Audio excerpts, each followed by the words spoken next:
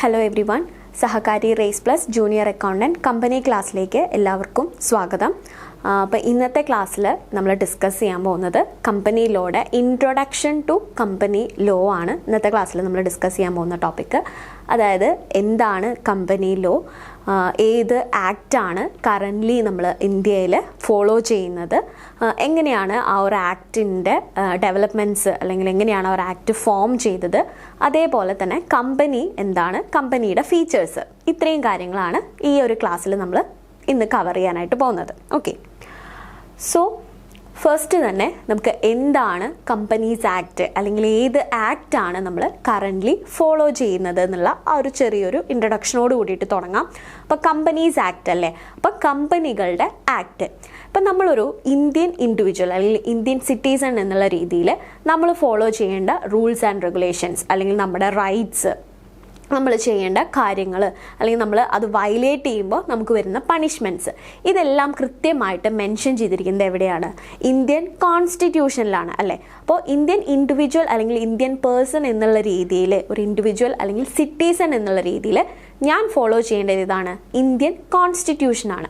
അതേപോലെ തന്നെ ഇന്ത്യയിലെ ഓരോ കമ്പനീസിനും അത് പെർഫോം ചെയ്യേണ്ട അല്ലെങ്കിൽ അത് ഫങ്ഷൻ ചെയ്യേണ്ട രീതി എങ്ങനെയാണ്, അവർ ഫോളോ ചെയ്യേണ്ട റൂൾസ് എങ്ങനെയാണ്, റെഗുലേഷൻസ് എന്തൊക്കെയാണ്, അവരുടെ റൈറ്റ്സ് എന്തൊക്കെയാണ് തുടങ്ങിയ കാര്യങ്ങൾ മെൻഷൻ ചെയ്തിരിക്കുന്ന ആ ഒരു ആക്ടിനെയാണ് നമ്മൾ കമ്പനീസ് ആക്ട് എന്ന് പറയുന്നത്. ഓക്കെ, അപ്പോൾ ഒരു കമ്പനിയുടെ ഫോർമേഷൻ, അതിൻ്റെ ഫങ്ഷൻ, അതിൻ്റെ പെർഫോമൻസ് എല്ലാം റിലേറ്റഡ് ആയിട്ടുള്ള ഒരു ലീഗൽ ഫ്രെയിം വർക്ക്, ഓക്കെ, അല്ലെങ്കിൽ ഒരു സ്ട്രക്ചറൽ ഫ്രെയിം വർക്കിനെയാണ് നമ്മൾ കമ്പനീസ് ആക്ട് എന്ന് പറയുന്നത്, കമ്പനികൾക്ക് വേണ്ടിയിട്ടുള്ള ആക്ട്. ഓക്കെ, അപ്പോൾ എങ്ങനെയാണ് കമ്പനീസ് ആക്ടിലേക്ക് എത്തിയെന്ന് നോക്കാം. അപ്പോൾ ഇന്ന് അല്ലെങ്കിൽ കറൻ്റ്ലി ഇന്ത്യയിൽ ഫോളോ ചെയ്യുന്ന കമ്പനീസ് ആക്ട് എന്ന് പറയുന്നത് കമ്പനീസ് ആക്ട് 2013 ആണ്. ഇതാണ് കമ്പനീസ് ആക്ട് 2013. പക്ഷേ 2013 വരെ ഇന്ത്യയിലെ കമ്പനീസിനെ റെഗുലേറ്റ് ചെയ്യാൻ ഒരു ആക്ട് ഇല്ലായിരുന്നു എന്നാണോ അതിൻ്റെ അർത്ഥം? അല്ല. അപ്പോൾ 2013 മുന്നേ നമ്മൾ ഫോളോ ചെയ്തിരുന്ന ഒരു കമ്പനീസ് ആക്ട് ഉണ്ടായിരുന്നു. അതിൽ നിന്ന് എങ്ങനെയാണ് ഈ കമ്പനീസ് ആക്ട് 2013 എത്തിയത് എന്നുള്ളത് നമുക്ക് നോക്കാം. So the companies act 1956, okay, അപ്പോൾ എന്തായിരുന്നു 2013 ആക്ട് നിലവിൽ വരുന്നത് വരെ ഇന്ത്യയിൽ ഫോളോ ചെയ്തിരുന്ന അല്ലെങ്കിൽ ഇന്ത്യൻ കമ്പനീസ് ഫോളോ ചെയ്തിരുന്നത് ഏത് ആക്ട് ആയിരുന്നു? കമ്പനീസ് ആക്ട് 1956 ആയിരുന്നു. Had been enacted with the object to consolidate and amend the law. അപ്പോൾ 1956 ആക്ട് ആദ്യമായിട്ട് കമ്പനീസ് ആക്ട് 1956 നിലവിൽ വന്നപ്പോൾ അതിൻ്റെ ഒരു ഒബ്ജക്റ്റീവ് എന്ന് പറയുന്നത് എന്തായിരുന്നു? അതുവരെ ഇന്ത്യയിൽ പല ലോസ് നിലവിലുണ്ടായിരുന്നു. കമ്പനീസിനെ റെഗുലേറ്റ് ചെയ്യാനും കമ്പനീസിൻ്റെ കാര്യങ്ങളെ നോക്കി നടത്താനായിട്ട് ഇന്ത്യയിൽ പല ലോസ് ഉണ്ടായിരുന്നു. അതായിരുന്നു ഇന്ത്യൻ കമ്പനീസ് ആക്ട് 1913, 1882, 1866. ഇതൊക്കെയായിരുന്നു ഇന്ത്യയിൽ പ്രീവിയസ്ലി നിലവിലുണ്ടായിരുന്ന കമ്പനീസ് ലോ എന്ന് പറയുന്നത്. പക്ഷെ പല കാര്യങ്ങളും എന്തായിരുന്നു? പല ലോസിലായിട്ടായിരുന്നു പറയുന്നുണ്ടായിരുന്നത്. അപ്പോൾ ഇതിനെന്ത് ചെയ്യണമായിരുന്നു? ഒന്ന് കൺസോളിഡേറ്റ് ചെയ്യണമായിരുന്നു. അതേപോലെ തന്നെ എന്താണ്, ടൈം മാറുന്നതിനനുസരിച്ച് അല്ലെങ്കിൽ കാലാനുസൃതമായിട്ടുള്ള മാറ്റങ്ങൾ വരുത്തേണ്ട ഒരാവശ്യം ഉണ്ടായിരുന്നു. അപ്പോൾ അതിനനുസരിച്ച് കൺസോളിഡേറ്റ് ചെയ്യാനും അമെൻഡ് ചെയ്യുക എന്നുള്ള ഒരു ഉദ്ദേശത്തോടു കൂടിയിട്ടാണ് 1956 കമ്പനീസ് ആക്ട് കൊണ്ടുവരുന്നത്. ഓക്കെ, അപ്പോൾ 1913 1882 1866 കമ്പനി ലോനെ കൺസോളിഡേറ്റ് ചെയ്ത് അതിൽ വേണ്ട അമെൻമെൻറ്റ്സും കാര്യങ്ങളെല്ലാം നടത്തിയതിന് ശേഷം ഇന്ത്യയിൽ എന്താ പറയുക, ആഫ്റ്റർ ഇൻഡിപെൻഡൻസ് നമുക്ക് വന്നിട്ടുള്ള ആദ്യത്തെ കമ്പനീസിനെ റെഗുലേറ്റ് ചെയ്യാനായിട്ടുള്ള ആക്ട് എന്ന് പറയുന്നത് ഏതാണ്? കമ്പനീസ് ആക്ട് 1956 ആയിരുന്നു. ഓക്കെ, ഈ ഒരു കമ്പനീസ് ആക്ട് 1956 തന്നെയാണ് നമ്മൾ ഈ ഒരു 2013 ആ ഒരു ഇയർ വരെയും, ഇത് 1956 മുതൽ 2013 ഒരു 57 വർഷത്തോളം ഇന്ത്യയിൽ കമ്പനീസ് ഫോളോ ചെയ്തിരുന്നതും ഏത് ആക്ട് ആയിരുന്നു? ഈ ഒരു കമ്പനീസ് ആക്ട് 1956 ആയിരുന്നു. The companies act 1956 has been in force for about 57 years and had been amended several times. അപ്പോൾ ഈ ഒരു 1956 മുതൽ 2013 വരെയും ഇന്ത്യയിൽ ഫോളോ ചെയ്തിരുന്നത് കമ്പനീസ് ആക്ട് 1956 ആയിരുന്നു. അതിൽ അമെൻമെൻറ്റ്സ് വരുത്തുക എന്നുള്ള കാര്യം മാത്രമായിരുന്നു ചെയ്തുകൊണ്ടിരുന്നത്. ഓക്കെ, അപ്പോൾ അമെൻമെൻറ്റ്സ് വരുത്തും നമ്മുടെ എന്താണ് ടൈമിനനുസരിച്ച് ചേഞ്ച് വരുന്നതിനനുസരിച്ച്, നമ്മുടെ എൻവയോൺമെൻറ്റിൽ വരുന്ന ചേഞ്ചിനനുസരിച്ച്, എക്കണോമിക് കണ്ടീഷൻസിൽ വരുന്ന ചേഞ്ചിനനുസരിച്ച് ഈ ഒരു കമ്പനീസ് ആക്ട് 1956 അമെൻമെൻറ്റ്സ് വരുത്തുകയായിരുന്നു ചെയ്തിട്ടുണ്ടായിരുന്നത്. പക്ഷെ പിന്നീട് ഗവൺമെൻറ്റിന് എന്ത് തോന്നുകയാണ്, ഇനി അമെൻമെൻറ്റ്സ് അല്ല, നമുക്ക് എന്താണ് പുതിയൊരു കമ്പനീസ് ആക്ടിൻ്റെ ആവശ്യകത ഉണ്ട് എന്നുള്ളൊരു തോട്ട് വരികയാണ്. ഓക്കെ, നമ്മുടെ സെൻട്രൽ ഗവൺമെൻറ്റിന് പുതിയൊരു കമ്പനീസ് ആക്ട് കൊണ്ടുവരാം, ഇനി അമെൻമെൻറ്റ്സിന് പകരം എന്താണ് ഇപ്പോഴത്തെ ഒരു സിറ്റുവേഷൻ അനുസരിച്ചുള്ള 1956 സാഹചര്യങ്ങളല്ല 2013 ഒക്കെ ആയപ്പോഴേക്കില്ലേ. അപ്പോൾ ആ ഒരു എന്താ പറയുക എല്ലാ ചേഞ്ചസും ഉൾക്കൊണ്ടുകൊണ്ട് പുതിയൊരു ആക്ട് കൊണ്ടുവരാം എന്നുള്ള ഒരു ഡിസിഷനിലേക്ക് നമ്മുടെ സെൻട്രൽ ഗവൺമെൻറ് എത്തുകയാണ്. Then after careful consideration, the central government decided to reappeal the Companies Act of 1956. അവർ എന്ത് ചെയ്യാണ്, 1956 കമ്പനീസ് ആക്ടിനെ ഒന്ന് റിനോവേറ്റ് ചെയ്യാനായിട്ട് അല്ലെങ്കിൽ അതിന് റീഅപ്പീൽ ചെയ്യാനായിട്ട് തീരുമാനിക്കുകയാണ്.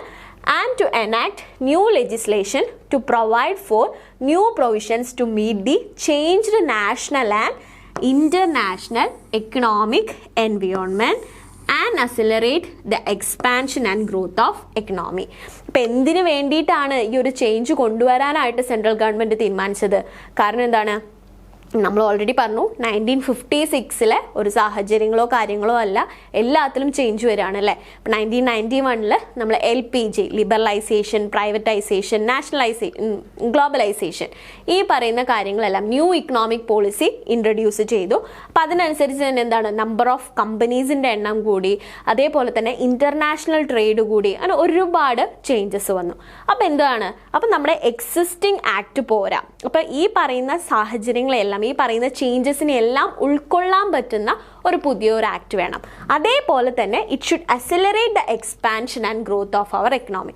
നമ്മുടെ എക്കണോമിയുടെ ഗ്രോത്തിനെ ഫാസ്റ്റ് ആക്കാൻ ഹെൽപ്പ് ചെയ്യുന്ന രീതിയിൽ പുതിയ റൂൾസ് ആൻഡ് റെഗുലേഷൻസ് വേണം എന്നുള്ള ആ ഒരു അസംഷൻ്റെ ബേസിൽ അല്ലെങ്കിൽ ആ ഒരു തോട്ട് പ്രോസസ്സിൻ്റെ ബേസിസിലാണ് നമ്മുടെ സെൻട്രൽ ഗവൺമെൻറ് എന്ത് തീരുമാനിക്കുന്നത്, പുതിയൊരു ആക്ട് കൊണ്ടുവരാനായിട്ട് തീരുമാനിക്കുന്നത്. ഓക്കെ, അപ്പോൾ 1956 ആഫ്റ്റർ ഇൻഡിപെൻഡൻസ് ഇന്ത്യയിലെ ആദ്യത്തെ ഒരു കമ്പനീസ് ആക്ട് നിലവിൽ വരുന്നത്.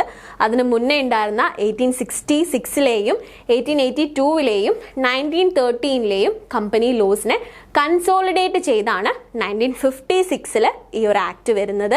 ദെൻ 1956 കമ്പനീസ് ആക്ട് ആണ് അപ് ടു 2013 വരെ ഇന്ത്യയിൽ ഫോളോ ചെയ്യുന്നുണ്ടായിരുന്നത്. പിന്നീട് അതിനുശേഷം ഒരു എക്സ്പാൻഷൻ സ്റ്റേജ് ഒക്കെ ആയപ്പോൾ നമ്മുടെ സെൻട്രൽ ഗവൺമെൻറ് എന്ത് ചെയ്യുകയാണ്, ഒരു പുതിയ അമെൻമെൻ്റ് അല്ല, പുതിയൊരു ബില്ല് തന്നെ ഇൻട്രൊഡ്യൂസ് ചെയ്യാൻ അല്ലെങ്കിൽ പുതിയൊരു ആക്ട് കൊണ്ടുവരാനായിട്ട് തീരുമാനിക്കുകയാണ്. This decision was made in the light of changes in the national and international economic environment as well as the expansion and growth of Indian economy. നമ്മൾ പറഞ്ഞു എന്തുകൊണ്ടാണ് ഇങ്ങനെ ഗവൺമെൻറ് പുതിയൊരു ആക്ട് കൊണ്ടുവരാമെന്ന് തീരുമാനിച്ചത്. എന്താണ്, നമ്മുടെ നാഷണൽ ആൻഡ് ഇൻ്റർനാഷണൽ ലെവലിൽ വന്നിട്ടുള്ള എക്കണോമിക്കൽ ചേഞ്ചസും അതേപോലെ തന്നെ എക്കണോമിയുടെ എക്സ്പാൻഷനും മീൻ ചെയ്തുകൊണ്ട് അല്ലെങ്കിൽ എക്സ്പാൻഷനെ അക്സിലറേറ്റ് ചെയ്യാനായിട്ട് ലോയ്ക്ക് സാധിക്കണം എന്നുള്ളൊരു എന്താ പറയുക ഒബ്ജക്റ്റീവോട് കൂടിയിട്ടാണ് പുതിയൊരു കമ്പനീസ് ആക്ട് കൊണ്ടുവരാനായിട്ട് ഗവൺമെൻറ് തീരുമാനിച്ചത്. അപ്പം അതിന് വേണ്ടിയിട്ട് ഗവൺമെൻറ് ആദ്യം എടുത്ത സ്റ്റെപ്പ് എന്താണെന്ന് നോക്കാം. In order to achieve this the companies bill 2009. Okay, അപ്പം 2009 തന്നെ ഗവൺമെൻറ് പുതിയൊരു ആക്ട് കൊണ്ടുവരാനായിട്ട് തീരുമാനിച്ചു. അപ്പം അതിൻ്റെ ബേസിസിൽ എന്താണ്, ഒരു കമ്പനീസ് ബിൽ 2009 എന്ന് പറയുന്ന കമ്പനീസ് ബില്ല് നമ്മുടെ ലോകസഭയിൽ ഗവൺമെൻറ് സെൻട്രൽ ഗവൺമെൻറ് എന്ത് ചെയ്യാണ്, ഇൻട്രൊഡ്യൂസ് ചെയ്യാണ്. Okay, companies bill 2009 and its statements of objects and reason which outlines its key characteristics were introduced in the Lok Sabha on August 3rd, 2009. Okay, ഇപ്പം എന്താണ്, August 3rd, 2009 നമ്മുടെ central government companies bill 2009 എന്ന് പറയുന്ന പുതിയ ഒരു act അതിൻ്റെ ഫീച്ചേഴ്സും ഒബ്ജക്റ്റീവ്സും അതിൻ്റെ റൂൾസും കാര്യങ്ങളൊക്കെ ആയിട്ട് നമ്മുടെ ലോകസഭയിൽ ഇൻട്രൊഡ്യൂസ് ചെയ്തു. എന്നാണ് ഡേറ്റ്, August 3rd, 2009. പക്ഷെ എന്ത് സംഭവിച്ചു എന്ന് വെച്ച് കഴിഞ്ഞാൽ, ഇങ്ങനെ ലോകസഭയിൽ ഒരു ബില്ല് കൊണ്ടുവരുന്ന സമയത്ത് അതിൻ്റെ മുകളിൽ റിവ്യൂ ചെയ്യും അല്ലേ, ആ ഒരു ബില്ലിലെ കാര്യങ്ങളൊക്കെ റിവ്യൂ ചെയ്ത് അതിൻ്റെ മുകളിലൊരു ഡിസിഷൻ എടുക്കണം. അപ്പോൾ ഈ ഒരു കമ്പനീസ് ബില്ല് 2009 ഇൻട്രൊഡ്യൂസ് ചെയ്തപ്പോൾ അതിൻ്റെ മുകളിൽ parliamentary standing committee on finance ഉണ്ട്. ഓക്കെ, ലോകസഭയിലെ ഒരു കമ്മിറ്റിയാണ് parliamentary standing committee on finance. അപ്പം ഇവരാണ് എന്ത് ചെയ്യുന്നത്, ഇത്തരത്തിലുള്ള പുതിയ ബില്ലും കാര്യങ്ങളൊക്കെ വരുമ്പോൾ അതിനെ അനലൈസ് ചെയ്തിട്ട് അതിലെന്തെങ്കിലും കുറവുകളുണ്ടോ, എന്തെങ്കിലും ആഡ് ചെയ്യേണ്ടതായിട്ടുണ്ടോ, അല്ലെങ്കിൽ ആ ബില്ല് പാസ്സാക്കേണ്ട ആവശ്യമുണ്ടോ എന്നുള്ള കാര്യങ്ങളൊക്കെ തീരുമാനിക്കുന്നത് ആരാണ്? ഈ ഒരു പാർലമെന്ററി സ്റ്റാൻഡിംഗ് കമ്മിറ്റിയാണ്. അപ്പോൾ ഈ ഒരു 2009 കമ്പനീസ് ബില്ല് ലോകസഭയിൽ ഇൻട്രൊഡ്യൂസ് ചെയ്ത സമയത്ത് ഈ ഒരു പാർലമെന്ററി സ്റ്റാൻഡിംഗ് കമ്മിറ്റി അതിനെ ഇവാലുവേറ്റ് ചെയ്യേണ്ടായി. എന്നിട്ട് അവരെന്ത് ചെയ്യണം, കുറച്ച് അമെൻമെന്റ്സും കുറച്ച് സജഷൻസും പറയേണ്ടായി. Okay, so the Parliamentary Standing Committee on Finance was tasked with reviewing and reporting on the aforementioned bill, and on August 31st, 2010, the committee submitted its findings. അപ്പോൾ എന്താണ്, August 3rd 2009 companies bill 2009 introduce ചെയ്തു.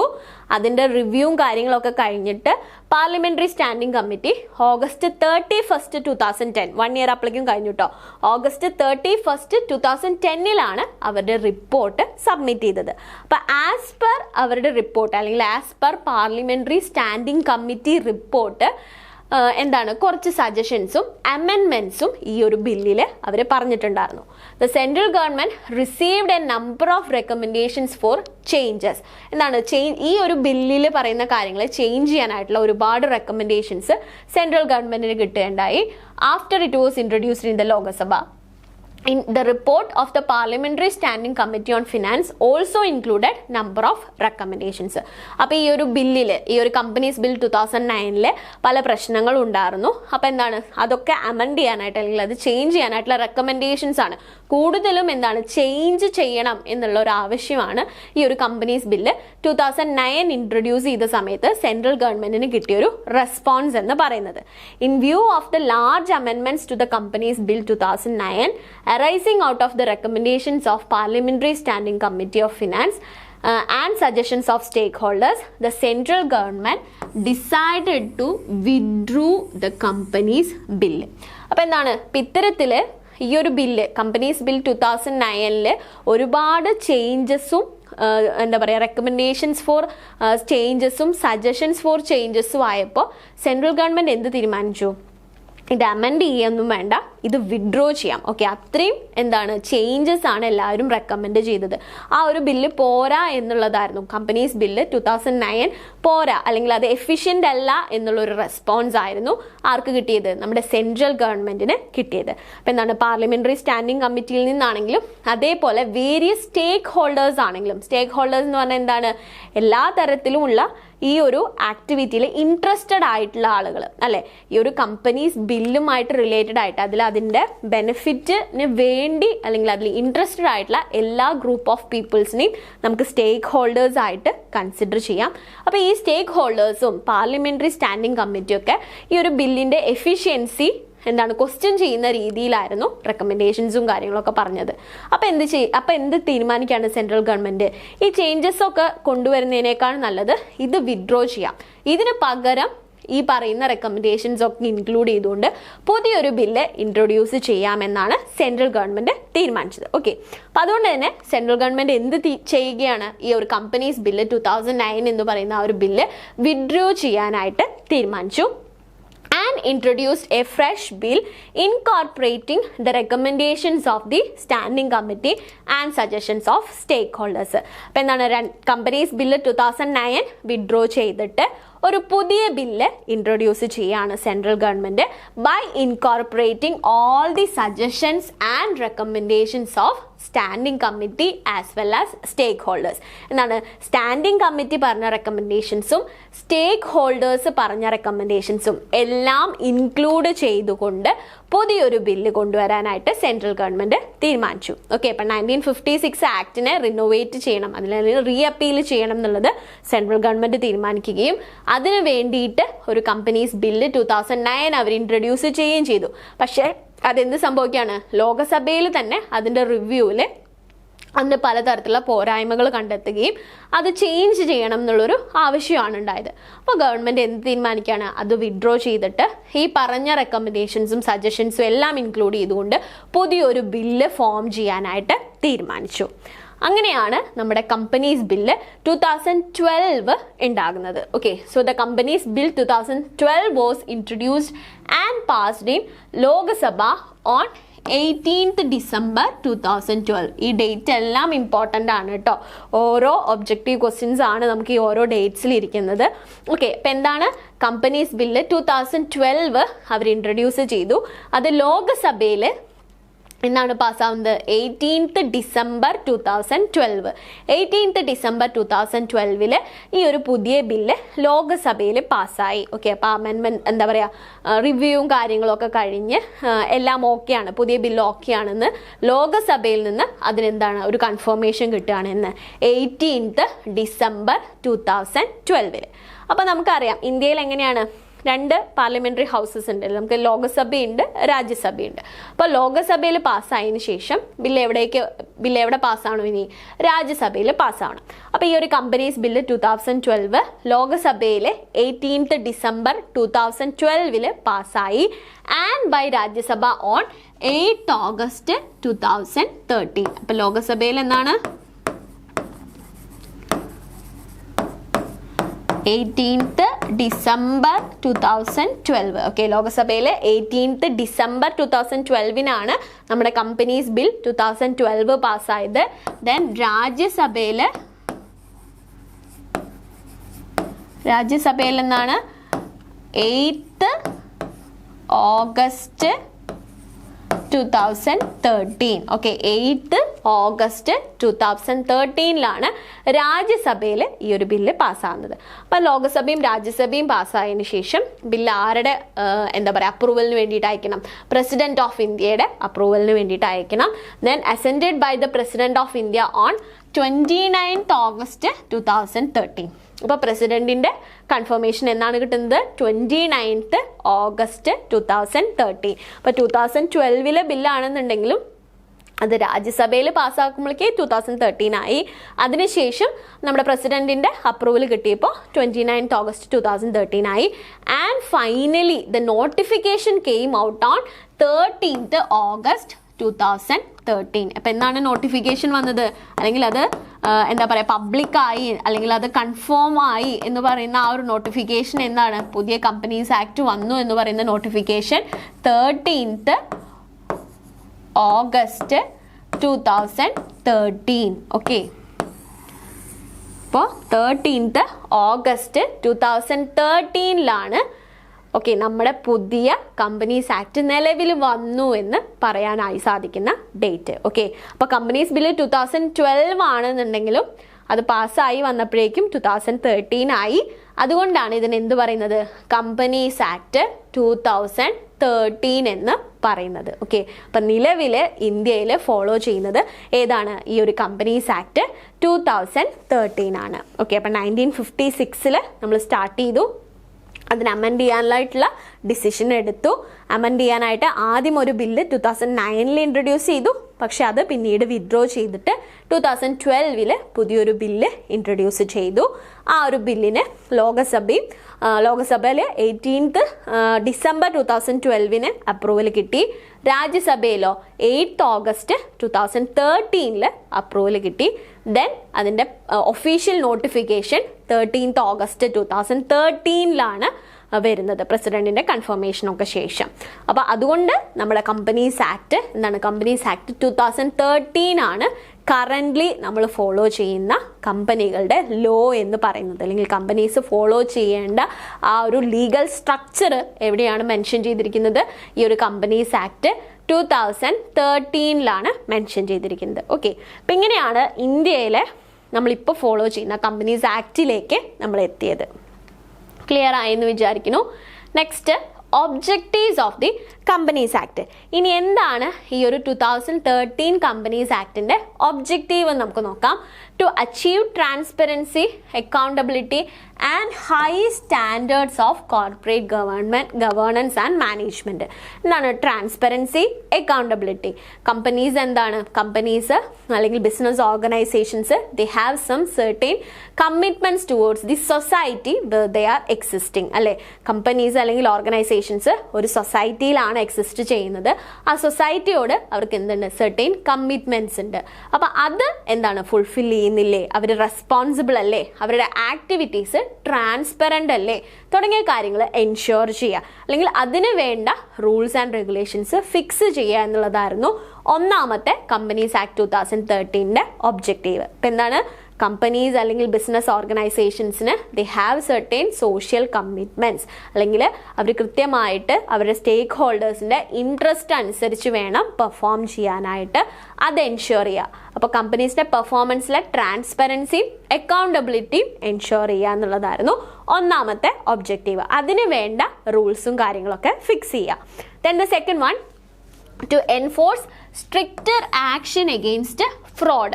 എന്തെങ്കിലും തരത്തിലുള്ള ഒരു ഫ്രോഡോ കാര്യങ്ങളോ companies conduct ചെയ്യുകയാണെങ്കിൽ, ഇപ്പം നമുക്കറിയാം ഒരുപാട് തരത്തിലുള്ള ഫിനാൻഷ്യൽ ഫ്രോഡ്സും കാര്യങ്ങളും എന്താ പറയുക, നമ്മുടെ ഫിനാൻഷ്യൽ ഡാറ്റയിൽ വരുത്തുന്നുള്ള ചേഞ്ചസ്, അങ്ങനെയൊക്കെ ഇഷ്ടം പോലെ ഫ്രോഡ്സ് ഇപ്പോഴും നടക്കുന്നുണ്ടല്ലേ. അപ്പം അത്തരത്തിലുള്ള ഫ്രോഡും കാര്യങ്ങളൊക്കെ ഉണ്ടാവുകയാണെന്നുണ്ടെങ്കിൽ അതിനെതിരെ സ്ട്രിക്റ്റ് ആയിട്ടുള്ള ഒരു ആക്ഷൻ എടുക്കണം. അപ്പോൾ അത് എവിടെയാണ് മെൻഷൻ ചെയ്തിരിക്കുന്നത്? ഈ ഒരു കമ്പനീസ് ആക്റ്റിലാണ്. അപ്പം നമ്മൾ നേരത്തെ പറഞ്ഞു എന്താണ്, ഒരു ഇന്ത്യൻ സിറ്റിസൺ എന്നുള്ള രീതിയിൽ ഞാൻ എന്തെങ്കിലും തരത്തിലുള്ളൊരു എന്തെങ്കിലും തെറ്റ് ചെയ്യുകയാണെന്നുണ്ടെങ്കിൽ എനിക്ക് വേണ്ട പണിഷ്മെൻറ്റ്സ് എവിടെയാണ്? ആസ് പെർ ഇന്ത്യൻ കോൺസ്റ്റിറ്റ്യൂഷനാണ് നമ്മൾ പണിഷ്മെൻറ്റ് ഫിക്സ് ചെയ്യുക അല്ലേ. അപ്പോൾ അതേപോലെ തന്നെ കമ്പനീസ് എന്തെങ്കിലും തരത്തിലുള്ള ഒരു ഇല്ലീഗൽ ആയിട്ടുള്ള ആക്ടിവിറ്റിയിലോ ഫ്രോഡിലോ ഏർപ്പെടുകയാണെന്നുണ്ടെങ്കിൽ അതിന് എഗെയിൻസ്റ്റ് ആയിട്ട് വരേണ്ട റൂൾസ് അല്ലെങ്കിൽ അതിന് എഗെയിൻസ്റ്റ് ആയിട്ട് വരേണ്ട ആക്ഷൻ എന്താണെന്നുള്ളത് ഈ ഒരു കമ്പനീസ് ആക്ട് 2013 മെൻഷൻ ചെയ്തിട്ടുള്ളത്. അപ്പോൾ അതാണ് രണ്ടാമത്തെ ഒബ്ജക്റ്റീവ്. എന്താണ്? To enforce strict action against the fraud. എന്തെങ്കിലും തരത്തിലുള്ള ഫ്രോഡ് സംഭവിക്കുകയാണെങ്കിൽ അതിനെതിരെ സ്ട്രിക്റ്റ് ആയിട്ടുള്ള ആക്ഷൻസ് എടുക്കുക.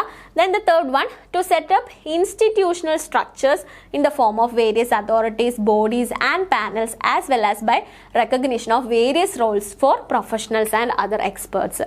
ഈ ഒരു കമ്പനിയുടെ ഓർഗനൈസേഷൻ്റെ ബെറ്റർ പെർഫോമൻസിന് വേണ്ടിയിട്ട് ഡിഫറെൻറ്റ് ബോഡീസ്, പാനൽസ്, അതേപോലെ തന്നെ ഓരോ പ്രൊഫഷണൽസിൻ്റെയും റോള്. ഇപ്പോൾ നമുക്കറിയാം ഒരു കമ്പനിയുടെ ഷെയർ അലോട്ട്മെൻറ്റ് അല്ലെങ്കിൽ ഷെയർ ഇഷ്യൂ കാര്യങ്ങൾ അതെല്ലാം റെസ്പോൺസിബിലിറ്റി ആർക്കാണ് വരുന്നത്? ഒരു കമ്പനി സെക്രട്ടറിക്കാണ് വരുന്നത്. അതേപോലെ തന്നെ ഓഡിറ്റ് കമ്മിറ്റീസ് കാര്യങ്ങൾ, ഫിനാൻഷ്യൽ റിപ്പോർട്ട്സ് അതൊക്കെ മെയിൻറ്റെയിൻ ചെയ്യേണ്ടത് ആരാണ്? ചാർട്ടേഡ് അക്കൗണ്ടൻസ് ആണ്. അപ്പോൾ ഇത്തരത്തിൽ ഓരോ പ്രൊഫഷണൽസിനും അവരുടെ റോൾ എന്താണ്? അതേപോലെ തന്നെ എന്തൊക്കെ തരത്തിലുള്ള പാനൽസ്, കമ്മിറ്റീസാണ് ഒരു ഓർഗനൈസേഷനിൽ ആവശ്യം, എന്തൊക്കെ ബോഡീസിൻ്റെ ആവശ്യമുണ്ട്. അപ്പോൾ നിങ്ങൾക്ക് അറിയുന്നുണ്ടായിരിക്കും പലതരത്തിലുള്ള കമ്മിറ്റീസ് ഒരു ഓർഗനൈസേഷനുണ്ട്. ഓഡിറ്റ് കമ്മിറ്റി ഉണ്ട്, റെമ്യൂണറേഷൻ കമ്മിറ്റി ഉണ്ട്, നോമിനേഷൻ കമ്മിറ്റി ഉണ്ട്. ഇതെല്ലാം എന്താണ്? ആ ഒരു ഓർഗനൈസേഷന് ഏറ്റവും ബെറ്റർ ആയിട്ട് ട്രാൻസ്പെറൻ്റ് ആയിട്ട് പെർഫോം ചെയ്യാൻ വേണ്ടിയിട്ടുള്ളതാണ്. ഇനി എന്തിൻ്റെ ബേസിസിലാണ് ഈ കമ്മിറ്റീസ് ഒക്കെ രൂപീകരിക്കുന്നത്? As per the companies act ആണ്. ഓക്കെ, കമ്പനീസ് ആക്റ്റിൽ പറഞ്ഞിട്ടുള്ളത് പ്രകാരമാണ് ഓർഗനൈസേഷനിൽ ഈ കമ്മിറ്റീസും കാര്യങ്ങളൊക്കെ രൂപീകരിക്കുന്നതും അതിൻ്റെ ഹെഡായിട്ട് ആര് വരണം എന്നുള്ള കാര്യങ്ങളൊക്കെ മെൻഷൻ ചെയ്തിരിക്കുന്നതും ഈ ഒരു കമ്പനീസ് ആക്റ്റിലാണ്. അപ്പോൾ എന്തുകൊണ്ടാണ് കമ്പനീസ് ആക്ട് ഇത്തരത്തിലുള്ള റൂൾസ് പറയുന്നത്? For ensuring the transparency and better performance of the organization. ഓർഗനൈസേഷൻ്റെ ബെറ്റർ പെർഫോമൻസും ട്രാൻസ്പെറൻസിയും എൻഷുർ ചെയ്യാനായിട്ട്. ഓക്കെ, ഇപ്പോൾ അതാണ് third objective. Then the fourth one, to implement more effective and time bound approval and compliance requirement. കുറച്ചും കൂടി effective ആയിട്ടുള്ള time bound ആയിട്ടുള്ള കംപ്ലയൻസ് റിക്വയർമെൻറ്റ്സ് എൻഷുർ ചെയ്യുക. ആസ് പെർ ദ ലോ കാര്യങ്ങൾ പോകുന്നില്ലേ എന്നുള്ളത് എൻഷുർ ചെയ്യുക. അപ്പം ഇത്രയായിരുന്നു മെയിൻ ആയിട്ടുള്ള കമ്പനീസ് ആക്ടിൻ്റെ ഒബ്ജക്റ്റീവ്. കമ്പനീസിൻ്റെ പെർഫോമൻസിനെ റെഗുലേറ്റ് ചെയ്യുക, അത് കൃത്യമായിട്ട് ഫോളോ ചെയ്യുക, അത് കൃത്യമായിട്ട് ഇംപ്ലിമെൻറ്റ് ചെയ്യുക. ഇത്രയും കാര്യങ്ങളാണ് കമ്പനീസ് ആക്ട് 2013 ഒരു ക്രക്സ് എന്ന് പറയുന്നത്. Okay, and to recognize the various new concepts and procedures that protect the interest of all the stakeholders, and that is shareholders, debenture holders, company professionals, creditors, financial institution, bankers, tax authority, management personnel. അപ്പോൾ എന്താണ് last objective ആയിട്ട് പറയുന്നത്? To protect the interest of various stakeholders. എന്താണ്? ഒരു ഓർഗനൈസേഷന് different stakeholders ഉണ്ടായിരിക്കും. ഷെയർ ഹോൾഡറും സ്റ്റേക്ക് ഹോൾഡറും ആയിട്ട് തെറ്റരുത്. Shareholder is only a part of stakeholder, അല്ലെങ്കിൽ shareholders are the part of stakeholder. സ്റ്റേക്ക് ഹോൾഡേഴ്സിൻ്റെ ഒരു ഭാഗമാണ് ഷെയർ ഹോൾഡർ എന്ന് പറയുന്നത്. സ്റ്റേക്ക് ഹോൾഡേഴ്സ് എന്ന് പറഞ്ഞാൽ എന്താ? All the group of people who have interest in the organisation. Okay, ഒരു കമ്പനിയുടെ സ്റ്റേക്ക് ഹോൾഡേഴ്സ് എന്ന് പറഞ്ഞാൽ ആരാണ്? എല്ലാ ഗ്രൂപ്പ് ഓഫ് പീപ്പിളും. അത് കസ്റ്റമേഴ്സ് ആവാം, ക്രെഡിറ്റേഴ്സ് ആവാം, സപ്ലയേഴ്സ് ആവാം, ഗവൺമെൻറ് ആകാം, സൊസൈറ്റി ആകാം, എംപ്ലോയീസ് ആകാം. ഈ പറയുന്ന എല്ലാ ഗ്രൂപ്പിനും എന്തുണ്ട്? കമ്പനിയുടെ പെർഫോമൻസിൽ ഒരു ഇൻട്രസ്റ്റ് ഉണ്ട് അല്ലേ?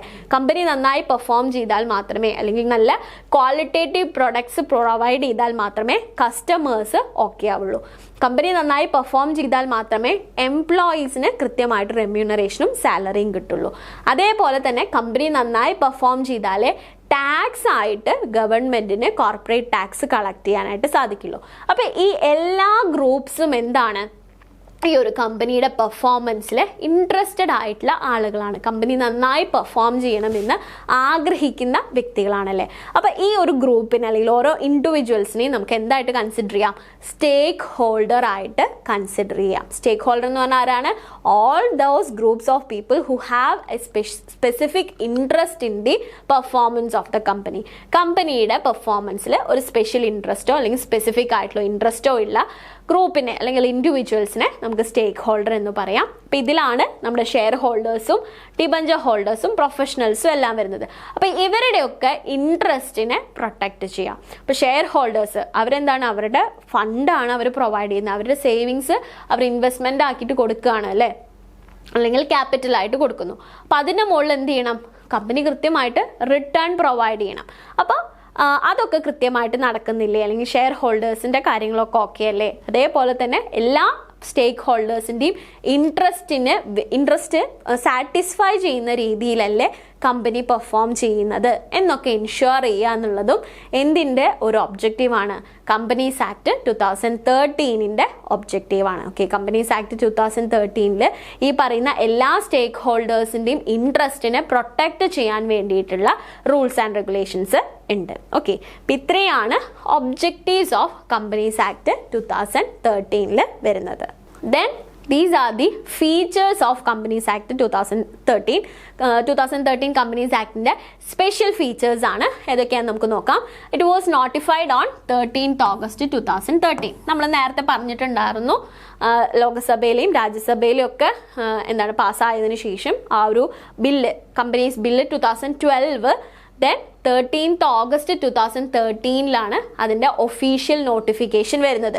29th August 2013 പ്രസിഡന്റ് അതിൻ്റെ കൺഫർമേഷൻ കൊടുക്കുകയും അപ്രൂവൽ കൊടുക്കുകയും അതിനുശേഷം 13th August 2013 ഈ ഒരു ബില്ല് നിലവിൽ വന്നതായിട്ടുള്ള നോട്ടിഫിക്കേഷൻ വരുന്നത്.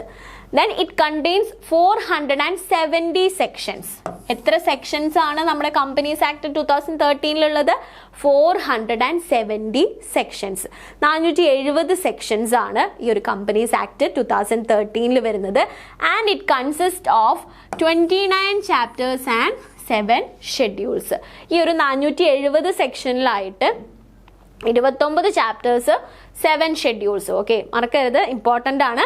470 സെക്ഷൻസ്, അതിൽ തന്നെ 29 ചാപ്റ്റേഴ്സ് ആൻഡ് 7 ഷെഡ്യൂൾസ് ആണ് നമ്മുടെ ഈ ഒരു കമ്പനീസ് ആക്ട് 2013 ഉള്ളത്.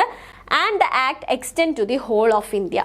ഇന്ത്യയിലെ എന്താണ് ഇന്ത്യയിലെ ഏത് ഭാഗത്ത് രൂപീകരിക്കുന്ന ഫോം ചെയ്യുന്ന കമ്പനിയാണെങ്കിലും they have to follow the companies act 2013. അതിപ്പോൾ കേരളത്തിലുള്ള കമ്പനി ആണെങ്കിലും തമിഴ്നാട്ടിലുള്ള കമ്പനി ആണെങ്കിലും വെസ്റ്റ് ബംഗാളിലുള്ള കമ്പനി ആണെങ്കിലും അവർ എന്താണ് യൂണിഫോം ആയിട്ട് ഫോളോ ചെയ്യേണ്ട റൂൾസ് എന്ന് പറയുന്നത് ഏതാണ്? ഈ ഒരു കമ്പനീസ് ആക്ട് 2013 അതുകൊണ്ടാണ് it extend to the whole of India. ഇന്ത്യയിലെ എല്ലായിടത്തും ഈ ഒരു ആക്ട് പാലിക്കേണ്ടത് ആവശ്യമാണ്.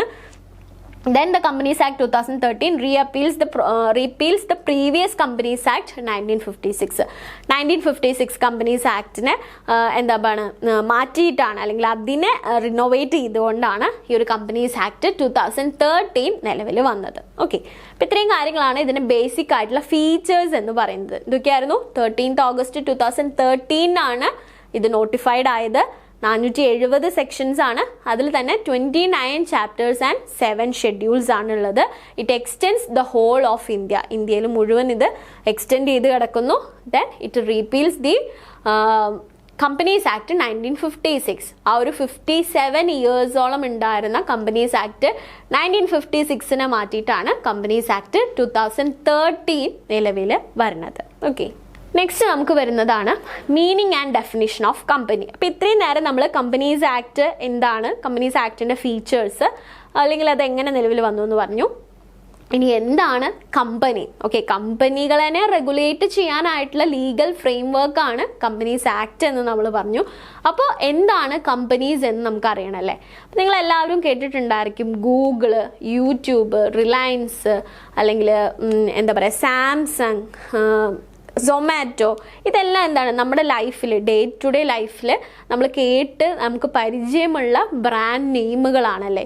പക്ഷെ ഇതെല്ലാം എന്താണ് ബ്രാൻഡ് നെയിംസ് മാത്രമല്ല, ദേ ആർ കമ്പനീസ്. അവരെല്ലാം എന്താണ് കമ്പനീസ് ആണ്. യൂട്യൂബ് ആണെങ്കിലും ഗൂഗിൾ ആണെന്നുണ്ടെങ്കിലും സൊമാറ്റോ ആണെങ്കിലും സ്വിഗ്ഗി ആണെന്നുണ്ടെങ്കിലും അതൊക്കെ എന്താണ് ഓരോ കമ്പനീസ് ആണ്. ഓക്കെ, അപ്പോൾ എന്താണ് ഈ ഒരു കമ്പനീസിനെയാണ് നമ്മൾ എന്തുപയോഗിച്ച് റെഗുലേറ്റ് ചെയ്യുന്നത്? കമ്പനീസ് ആക്ട് 2013 ഉപയോഗിച്ച് റെഗുലേറ്റ് ചെയ്യുന്നത്. അപ്പം എന്താണ് ഒരു കമ്പനി, അല്ലെങ്കിൽ എന്തിനെയാണ് കമ്പനി ആയിട്ട് ഡിഫൈൻ ചെയ്യുന്നത് എന്ന് നമുക്ക് നോക്കാം. According to section 2 subsection 20 important ആണ്. As per the Companies Act 2013, the section 2 subsection 20 company എന്താണെന്നുള്ളതിന് define ചെയ്തിരിക്കുന്നത്. Okay, companies act 2013 section 2 subsection 20 കമ്പനിയെ എന്താണെന്നുള്ളത് ഡിഫൈൻ ചെയ്തിരിക്കുന്നത്. A company means A company incorporated under the act or under any previous company law. എന്താണ് 2013 companies act പ്രകാരമോ അതല്ലെങ്കിൽ previous any company law പ്രകാരമോ register ചെയ്തിട്ടുള്ള ഓർഗനൈസേഷൻസിനെയാണ് നമ്മൾ കമ്പനി ആയിട്ട് കൺസിഡർ ചെയ്യുന്നത്. എന്താണ് as per companies act 2013 section 2 subsection 20 ഏതൊക്കെ ഓർഗനൈസേഷൻസിനെ അല്ലെങ്കിൽ ഏത് കൺസേണിനെയാണ് നമ്മൾ ഒരു കമ്പനി ആയിട്ട് കൺസിഡർ ചെയ്യുന്നത്? All those organisation who have incorporated under the companies act 2013 or any other previous law. ഒന്നല്ലെങ്കിൽ കമ്പനീസ് ആക്ട് 2013 പ്രകാരം രജിസ്റ്റർ ചെയ്തിട്ടുള്ള കമ്പനി. ഇൻകോർപ്പറേറ്റഡ് എന്ന് പറഞ്ഞാൽ എന്താണ്? രജിസ്റ്റർ ചെയ്യുക. ഓക്കെ, കമ്പനീസ് ആക്ട് 2013 പ്രകാരം രജിസ്റ്റർ ചെയ്തിട്ടുള്ളതോ അതല്ലെങ്കിൽ അതിന് മുന്നേ ഉള്ള ഏതെങ്കിലും എക്സിസ്റ്റിംഗ് ലോ പ്രകാരം രജിസ്റ്റർ ചെയ്തിട്ടുള്ളതോ. അപ്പോൾ സപ്പോസ് 2000 ഫോം ചെയ്ത ഒരു കമ്പനിയാണെന്ന് വിചാരിക്കുക. അപ്പോൾ 2000 ആ ഒരു ടൈമിൽ ഏതായിരുന്നു കമ്പനീസ് ആക്ട് ഫോളോ ചെയ്യുന്നത്? കമ്പനീസ് ആക്ട് 1956 ആയിരുന്നു അല്ലേ. അപ്പോൾ കമ്പനി രജിസ്റ്റർ ചെയ്യുന്ന സമയത്ത് കമ്പനീസ് ആക്ട് 1956 പ്രകാരമായിരിക്കും അവർ രജിസ്റ്റർ ചെയ്തിട്ടുണ്ടായിരിക്കുക. അപ്പോൾ നമുക്ക് ഒരിക്കലും 2013 ആക്ട് നിലവിൽ വന്നപ്പോൾ ഇത് പ്രകാരമുള്ള രജിസ്ട്രേഷൻ മാത്രമേ എടുക്കൂ എന്ന് പറയാൻ പറ്റില്ലല്ലോ. അപ്പം അതുകൊണ്ടാണ് 2013 പ്രകാരം രജിസ്റ്റർ ചെയ്തതോ അതല്ലെങ്കിൽ അതിന് മുന്നുള്ള ഏതെങ്കിലും പ്രീവിയസ് ലോ പ്രകാരം രജിസ്റ്റർ ചെയ്തിട്ടുള്ളതോ ആയിട്ടുള്ള എല്ലാ കമ്പനീസിനെയും നമുക്ക് ഏത് കാറ്റഗറിയിൽ പെടുത്താൻ പറ്റും? അല്ലെങ്കിൽ എല്ലാ ഓർഗനൈസേഷൻസിനെയും നമുക്ക് എന്തായിട്ട് കൺസിഡർ ചെയ്യാനായിട്ട് പറ്റും? കമ്പനി ആയിട്ട് കൺസിഡർ ചെയ്യാൻ പറ്റും. ഓക്കെ, അപ്പോൾ രണ്ട് കാര്യങ്ങളാണ് ഇതിൽ നമ്മൾ നോക്കേണ്ടത്. സെക്ഷൻ ഏതാണ്?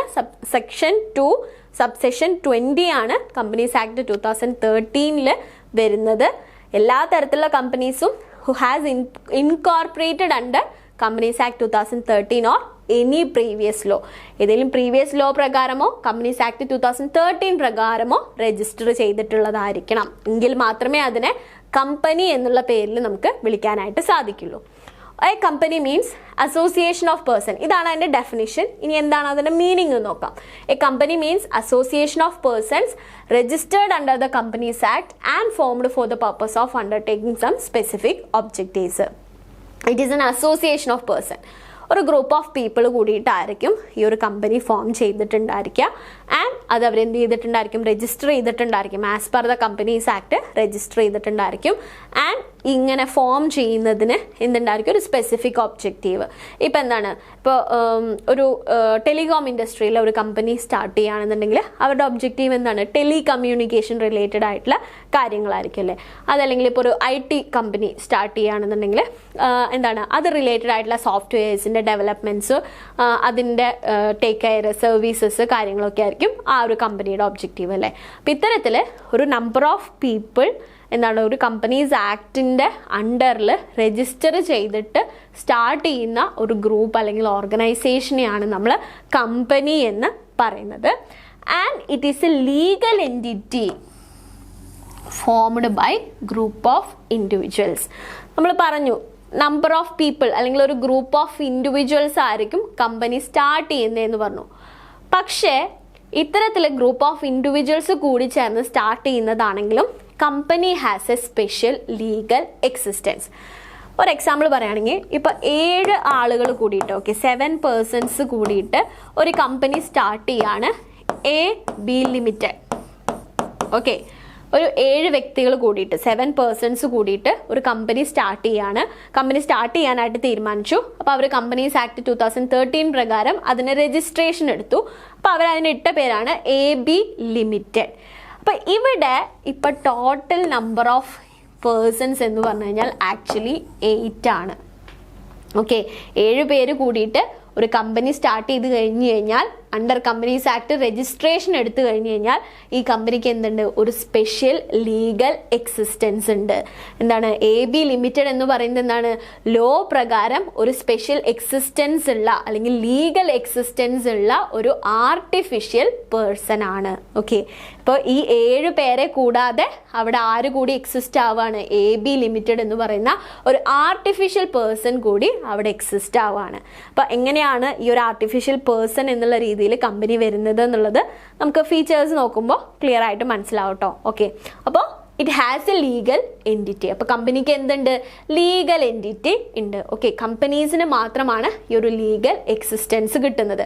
അതായത് there is a separation between the owner and the company. Company വേറെ, ഓണേഴ്സ് വേറെ. ഒരിക്കലും നമുക്ക് എന്ത് ചെയ്യാൻ പറ്റില്ല, ഇങ്ങനെ ക്ലബ് ചെയ്യാനായിട്ട് പറ്റില്ല. ഇത് രണ്ടും എന്താണ്, 2 ഇൻഡിവിജ്വൽസ് ആയിട്ടാണ് as per the Indian law consider ചെയ്യുന്നത്. അതേസമയം ഒരു പാർട്ട്ണർഷിപ്പ് ഫേമോ സോൾ പ്രൊപ്പറേറ്റർഷിപ്പോ ഒക്കെ ആണെന്നുണ്ടെങ്കിൽ അതിനൊന്നും ഒരു ലീഗൽ എക്സിസ്റ്റൻസ് ഇല്ല, സെപ്പറേറ്റ് ലീഗൽ എക്സിസ്റ്റൻസ് ഇല്ല. പക്ഷേ കമ്പനീസിന് അങ്ങനെയല്ല. കമ്പനീസിന് ഒരു സെപ്പറേറ്റ് ലീഗൽ എക്സിസ്റ്റൻസ് ഉണ്ട്. കമ്പനീസിന് അവരുടെ പേരിൽ പ്രോപ്പർട്ടീസ് വാങ്ങിക്കാം, അവരുടെ പേരിൽ കേസ് മറ്റൊരു തേർഡ് പാർട്ടിക്കെതിരെ കേസ് കൊടുക്കാനായിട്ട് പറ്റും. അവരുടേതായിട്ടുള്ള പ്രോപ്പർട്ടീസൊക്കെ ഓൺ ചെയ്യാനും കമ്പനിയുടെ പേരിൽ ഓൺ ചെയ്യാനും എല്ലാം ഉള്ള കമ്പനിയുടെ പേരിൽ ബാങ്ക് അക്കൗണ്ട്സ് ഇതെല്ലാം കമ്പനിക്ക് എന്ത് ചെയ്യാൻ പറ്റും, സ്റ്റാർട്ട് ചെയ്യാനായിട്ട് സാധിക്കും. It's just because of their legal entity, separate legal entity ഉള്ളതുകൊണ്ടാണ്. ഓക്കെ, അപ്പോൾ 7 പേര് കൂടിയിട്ട് ഒരു കമ്പനി സ്റ്റാർട്ട് ചെയ്ത് കഴിഞ്ഞാൽ കമ്പനി ആരായി, 8ാമത്തെ ഇൻഡിവിജ്വൽ ആയിട്ടാണ് as per the Indian law consider ചെയ്യുന്നത്. And it is an artificial person created by law. Human being അല്ലെങ്കിലും എന്താണ്, ഇതൊരു ആർട്ടിഫിഷ്യൽ ആയിട്ടുള്ള ഒരു പേഴ്സൺ ആയിട്ടാണ്, നിയമപ്രകാരം ക്രിയേറ്റ് ചെയ്യപ്പെടുന്ന ഒരു ആർട്ടിഫിഷ്യൽ പേഴ്സൺ ആയിട്ടാണ് ഈ ഒരു കമ്പനീനെ നമ്മൾ കൺസിഡർ ചെയ്യുന്നത്. And it is also called as a legal person with perpetual succession or continuous existence. എന്താണ്, ഈ ഒരു കമ്പനിക്ക് ഒരു കണ്ടിന്യൂസ് എക്സിസ്റ്റൻസ് ആണ്. ഇപ്പോൾ നമ്മളൊരു ഹ്യൂമൻ ബീയിങ്ങിനെ സംബന്ധിച്ചിടത്തോളം നമ്മുടെ എൻഡ് എന്ന് പറയുന്നത് എന്താണ്, നമ്മുടെ ഡെത്ത് ആണല്ലേ. കമ്പനിക്ക് ഇത്തരത്തിലൊരു ഡെത്തോ കാര്യങ്ങളോ ഇല്ല. അല്ലെങ്കിൽ കമ്പനിയുടെ ഓണേഴ്സ് ഇപ്പോൾ ഈ 7 പേര് കൂടി സ്റ്റാർട്ട് ചെയ്തു, അതിലിപ്പോൾ ഒരാൾ മരിച്ചുപോയി എന്ന് വിചാരിക്കുക. ഓക്കെ, 7 പേരിൽ ഒരാൾ മരിച്ചുപോയി കഴിഞ്ഞാൽ കമ്പനി അവസാനിക്കുന്നില്ല. കമ്പനി എന്താണ്, കണ്ടിന്യൂ ചെയ്തുകൊണ്ടേ ഇരിക്കും. അപ്പോൾ ഓണേഴ്സ് മാറിയാലും അത് കമ്പനിയുടെ എക്സിസ്റ്റൻസിനെ ബാധിക്കുന്നില്ല. അല്ലെങ്കിൽ ഓണേഴ്സിൻ്റെ ഡെത്തോ കാര്യങ്ങളോ ഒന്നും തന്നെ കമ്പനിയുടെ എക്സിസ്റ്റൻസിനെ ബാധിക്കുന്നില്ല. It is a legal person with perpetual succession അല്ലെങ്കിൽ കണ്ടിന്യൂസ് എക്സിസ്റ്റൻസ് ഉള്ള ഒരു ലീഗൽ പേഴ്സൺ ആണ്. Other than A human being. ഒരു ഹ്യൂമൻ ബീയിങ്ങിൽ നിന്നുള്ള വ്യത്യാസം എന്ന് പറയുന്നത് എന്താണ്, ഇതിനൊരു പെർപെക്ച്വൽ ആയിട്ടുള്ള അല്ലെങ്കിൽ ഒരു കണ്ടിന്യൂസ് ആയിട്ടുള്ള എക്സിസ്റ്റൻസ് ഉണ്ട്. അത് ഈ ഓണേഴ്സിൻ്റെ ഒരു ഡെത്തോ അല്ലെങ്കിൽ അവർ മാറുന്നത് കൊണ്ടോ ഒന്നും അതിനൊരു മാറ്റം സംഭവിക്കില്ല. കമ്പനി എൻഡ് ആവണം എന്നുണ്ടെങ്കിൽ അതിന് വേറെ ഒരു ലീഗൽ പ്രോസസ്സിലൂടെ മാത്രമേ സാധിക്കുള്ളൂ. അതല്ലാത്ത പക്ഷം കമ്പനിക്ക് എന്തുണ്ട്, ഒരു കണ്ടിന്യൂസ് ആയിട്ടുള്ള ഒരു ലൈഫ് ഉണ്ട്, അല്ലെങ്കിൽ ഒരു ലോങ് ലൈഫ് ഉണ്ട്. ഓക്കെ, അപ്പം ഇത്രയും കാര്യങ്ങളാണ് കമ്പനിയുടെ ഡെഫിനിഷൻ ആൻഡ് മീനിങ്ങിൽ വരുന്നത്. ഡെഫിനിഷനിൽ നമ്മൾ പറഞ്ഞു എന്താണ്, സെക്ഷൻ 2 സബ്സെക്ഷൻ 20 ഡിഫൈൻ ചെയ്തിരിക്കുന്നത്. 2013 പ്രകാരമോ അതല്ലെങ്കിൽ ഏതെങ്കിലും പ്രീവിയസ് ലോ പ്രകാരമോ രജിസ്റ്റർ ചെയ്തിട്ടുള്ള എല്ലാ ഓർഗനൈസേഷൻസിനെയും നമുക്ക് കമ്പനി എന്നുള്ള പേരിൽ വിളിക്കാനായിട്ട് പറ്റും. അതൊരു ആർട്ടിഫിഷ്യൽ പേഴ്സൺ ആണ്. കാരണം എന്താണ്, അതിനൊരു സെപ്പറേറ്റ് ലീഗൽ എക്സിസ്റ്റൻസ് ഉണ്ട്, അല്ലെങ്കിൽ ലീഗൽ എൻറ്റിറ്റി ആണ്. അതേപോലെ തന്നെ ഇതൊരു കണ്ടിന്യൂസ് ലൈഫ് ആയിരിക്കും. ഒരു കമ്പനി എന്ന് പറയുന്നതിന് എന്താ, അതിനൊരു ഡെത്തോ കാര്യങ്ങളോ ഇല്ല, കാരണം അതൊരു ആർട്ടിഫിഷ്യൽ പേഴ്സൺ ആണ്. അതുകൊണ്ട് തന്നെ അതൊരു ലോങ് ടൈമിന് വേണ്ടിയിട്ടായിരിക്കും ഫോം ചെയ്യുന്നത്. ഓക്കെ, നെക്സ്റ്റ് നമുക്ക് ഫീച്ചേഴ്സ് ഓഫ് കമ്പനി നോക്കാം. എന്തൊക്കെയാണ് കമ്പനിയുടെ? അപ്പം നമ്മൾ ഫീച്ചേഴ്സിൽ ചില കാര്യങ്ങളൊക്കെ മീനിങ് പറഞ്ഞപ്പോഴേ പറഞ്ഞു. അപ്പോൾ കുറച്ചും കൂടി ഡീറ്റെയിൽ ആയിട്ട് എന്തൊക്കെയാണ് ഫീച്ചേഴ്സ് എന്ന് നമുക്ക് നോക്കാം. ഫസ്റ്റ് വൺ എന്താണ്, ഇൻകോർപ്പറേറ്റഡ് അസോസിയേഷൻ, അതായത് registered association. Okay, first feature ആണ് incorporated association. It is a registered association. നമ്മൾ ഓൾറെഡി പറഞ്ഞു, ഡെഫിനിഷൻ പറഞ്ഞ പോലെ all those organisations or concerns which are incorporated under the company act. Company act പ്രകാരം incorporate ചെയ്യപ്പെട്ടതോ register ചെയ്തിട്ടുള്ളതോ ആയിട്ടുള്ള ഓർഗനൈസേഷൻസിനെ മാത്രമേ നമുക്കൊരു കമ്പനി എന്നുള്ള പേരിൽ അല്ലെങ്കിൽ ആ ഒരു ടേം ഉപയോഗിക്കാൻ പറ്റുള്ളൂ എന്ന് പറഞ്ഞു.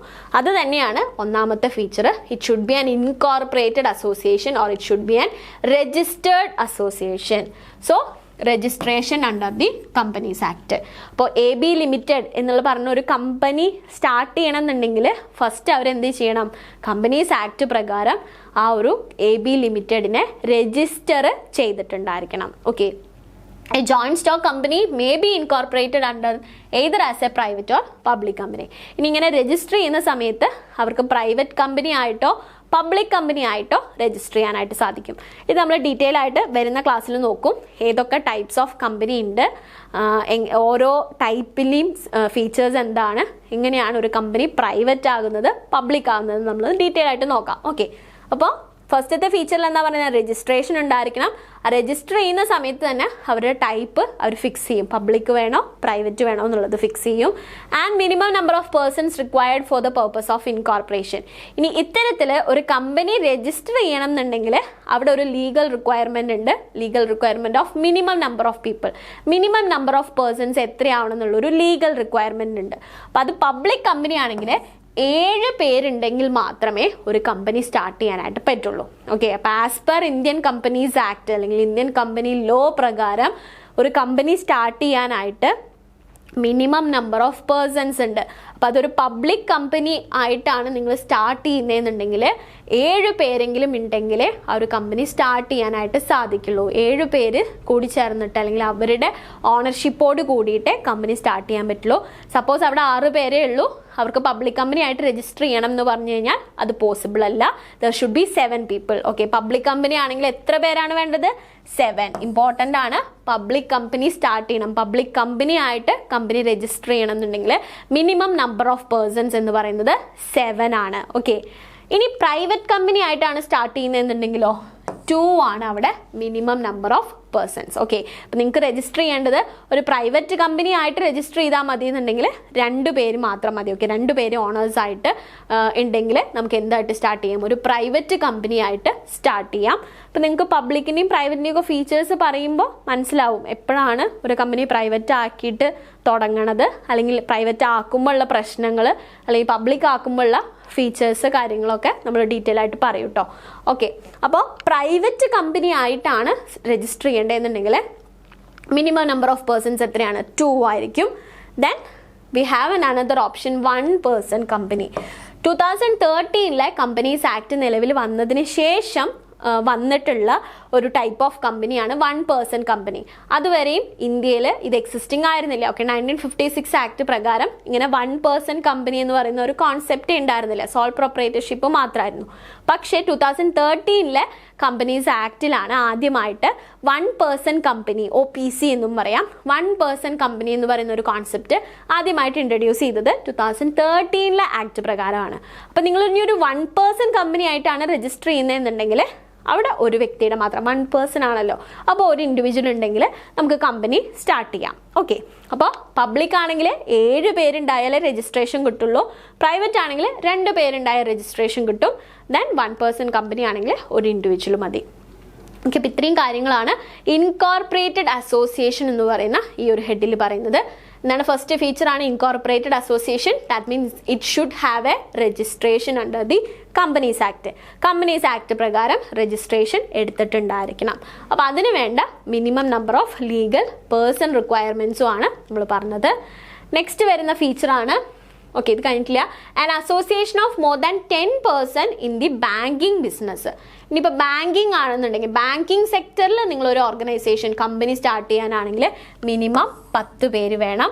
And 20 in any other business. ഇനിയിപ്പോൾ അതല്ല ബാങ്കിങ് സെക്ടർ അല്ലാത്ത ഫിനാൻസ് സെക്ടറിൽ നമ്മൾ വരുന്ന സമയത്ത് 20 ആണ് അവിടെ മിനിമം വരുന്നത്. If not registered as a company or under any other law it becomes illegal association. അപ്പം എന്താണ് രജിസ്ട്രേഷൻ എടുത്തിട്ടില്ല എന്നുണ്ടെങ്കിൽ അതെന്തായി ഇല്ലീഗൽ അസോസിയേഷൻ ആയിട്ട് മാറും. ഓക്കെ, അപ്പം എന്താണ് പബ്ലിക് ആണെങ്കിൽ 7, പ്രൈവറ്റ് ആണെങ്കിൽ 2, 1 person കമ്പനി ആണെങ്കിൽ 1. അതേസമയം ബാങ്കിങ് ഒരു കൺസേൺ, ബാങ്കിങ് ഇപ്പോൾ ബാങ്കൊക്കെയാണ്, ഒരു പ്രൈവറ്റ് ബാങ്കൊക്കെയാണ് നിങ്ങൾ തുടങ്ങാനായിട്ട്, അല്ലെങ്കിൽ ഒരു ധനകാര്യ സ്ഥാപനം, ഓക്കെ ഇപ്പോൾ മണപ്പുറം, മുത്തൂറ്റൊക്കെ പോലെയൊക്കെയുള്ള ഒരു ഫിനാൻസ് സെക്ടറാണ് നിങ്ങൾ കമ്പനി ആയിട്ട് രജിസ്റ്റർ ചെയ്യാൻ ഉദ്ദേശിക്കുന്നുണ്ടെങ്കിൽ മിനിമം അവിടെ 10 പേരുടെ ആവശ്യമുണ്ട്. അപ്പോൾ ഇനിയിപ്പോൾ രജിസ്ട്രേഷൻ എടുത്തിട്ടില്ല എന്നുണ്ടെങ്കിൽ അതെന്താണ്, അതൊരു ഇല്ലീഗൽ അസോസിയേഷൻ ആണ്. ഒരിക്കലും അതിനെന്തില്ല, നിയമപരമായിട്ടൊരു എക്സിസ്റ്റൻസ് ഇല്ല. അപ്പോൾ ഒരു കമ്പനിയുടെ ആദ്യത്തെ ഫീച്ചർ എന്ന് പറയുന്നത് എന്താണ്, they should have a registration എന്ന് പറയുന്നതാണ്. Okay, then the second one, separate legal entity or artificial person. നമ്മൾ നേരത്തെ പറഞ്ഞു എന്താണ്, കമ്പനി ഒരു സെപ്പറേറ്റ് ലീഗൽ എൻറ്റിറ്റി ഉണ്ട്, കമ്പനിക്ക് ഒരു സെപ്പറേറ്റ് എൻറ്റിറ്റി ഉണ്ട്, അല്ലെങ്കിൽ കമ്പനി ഒരു artificial person created by law ആണ്.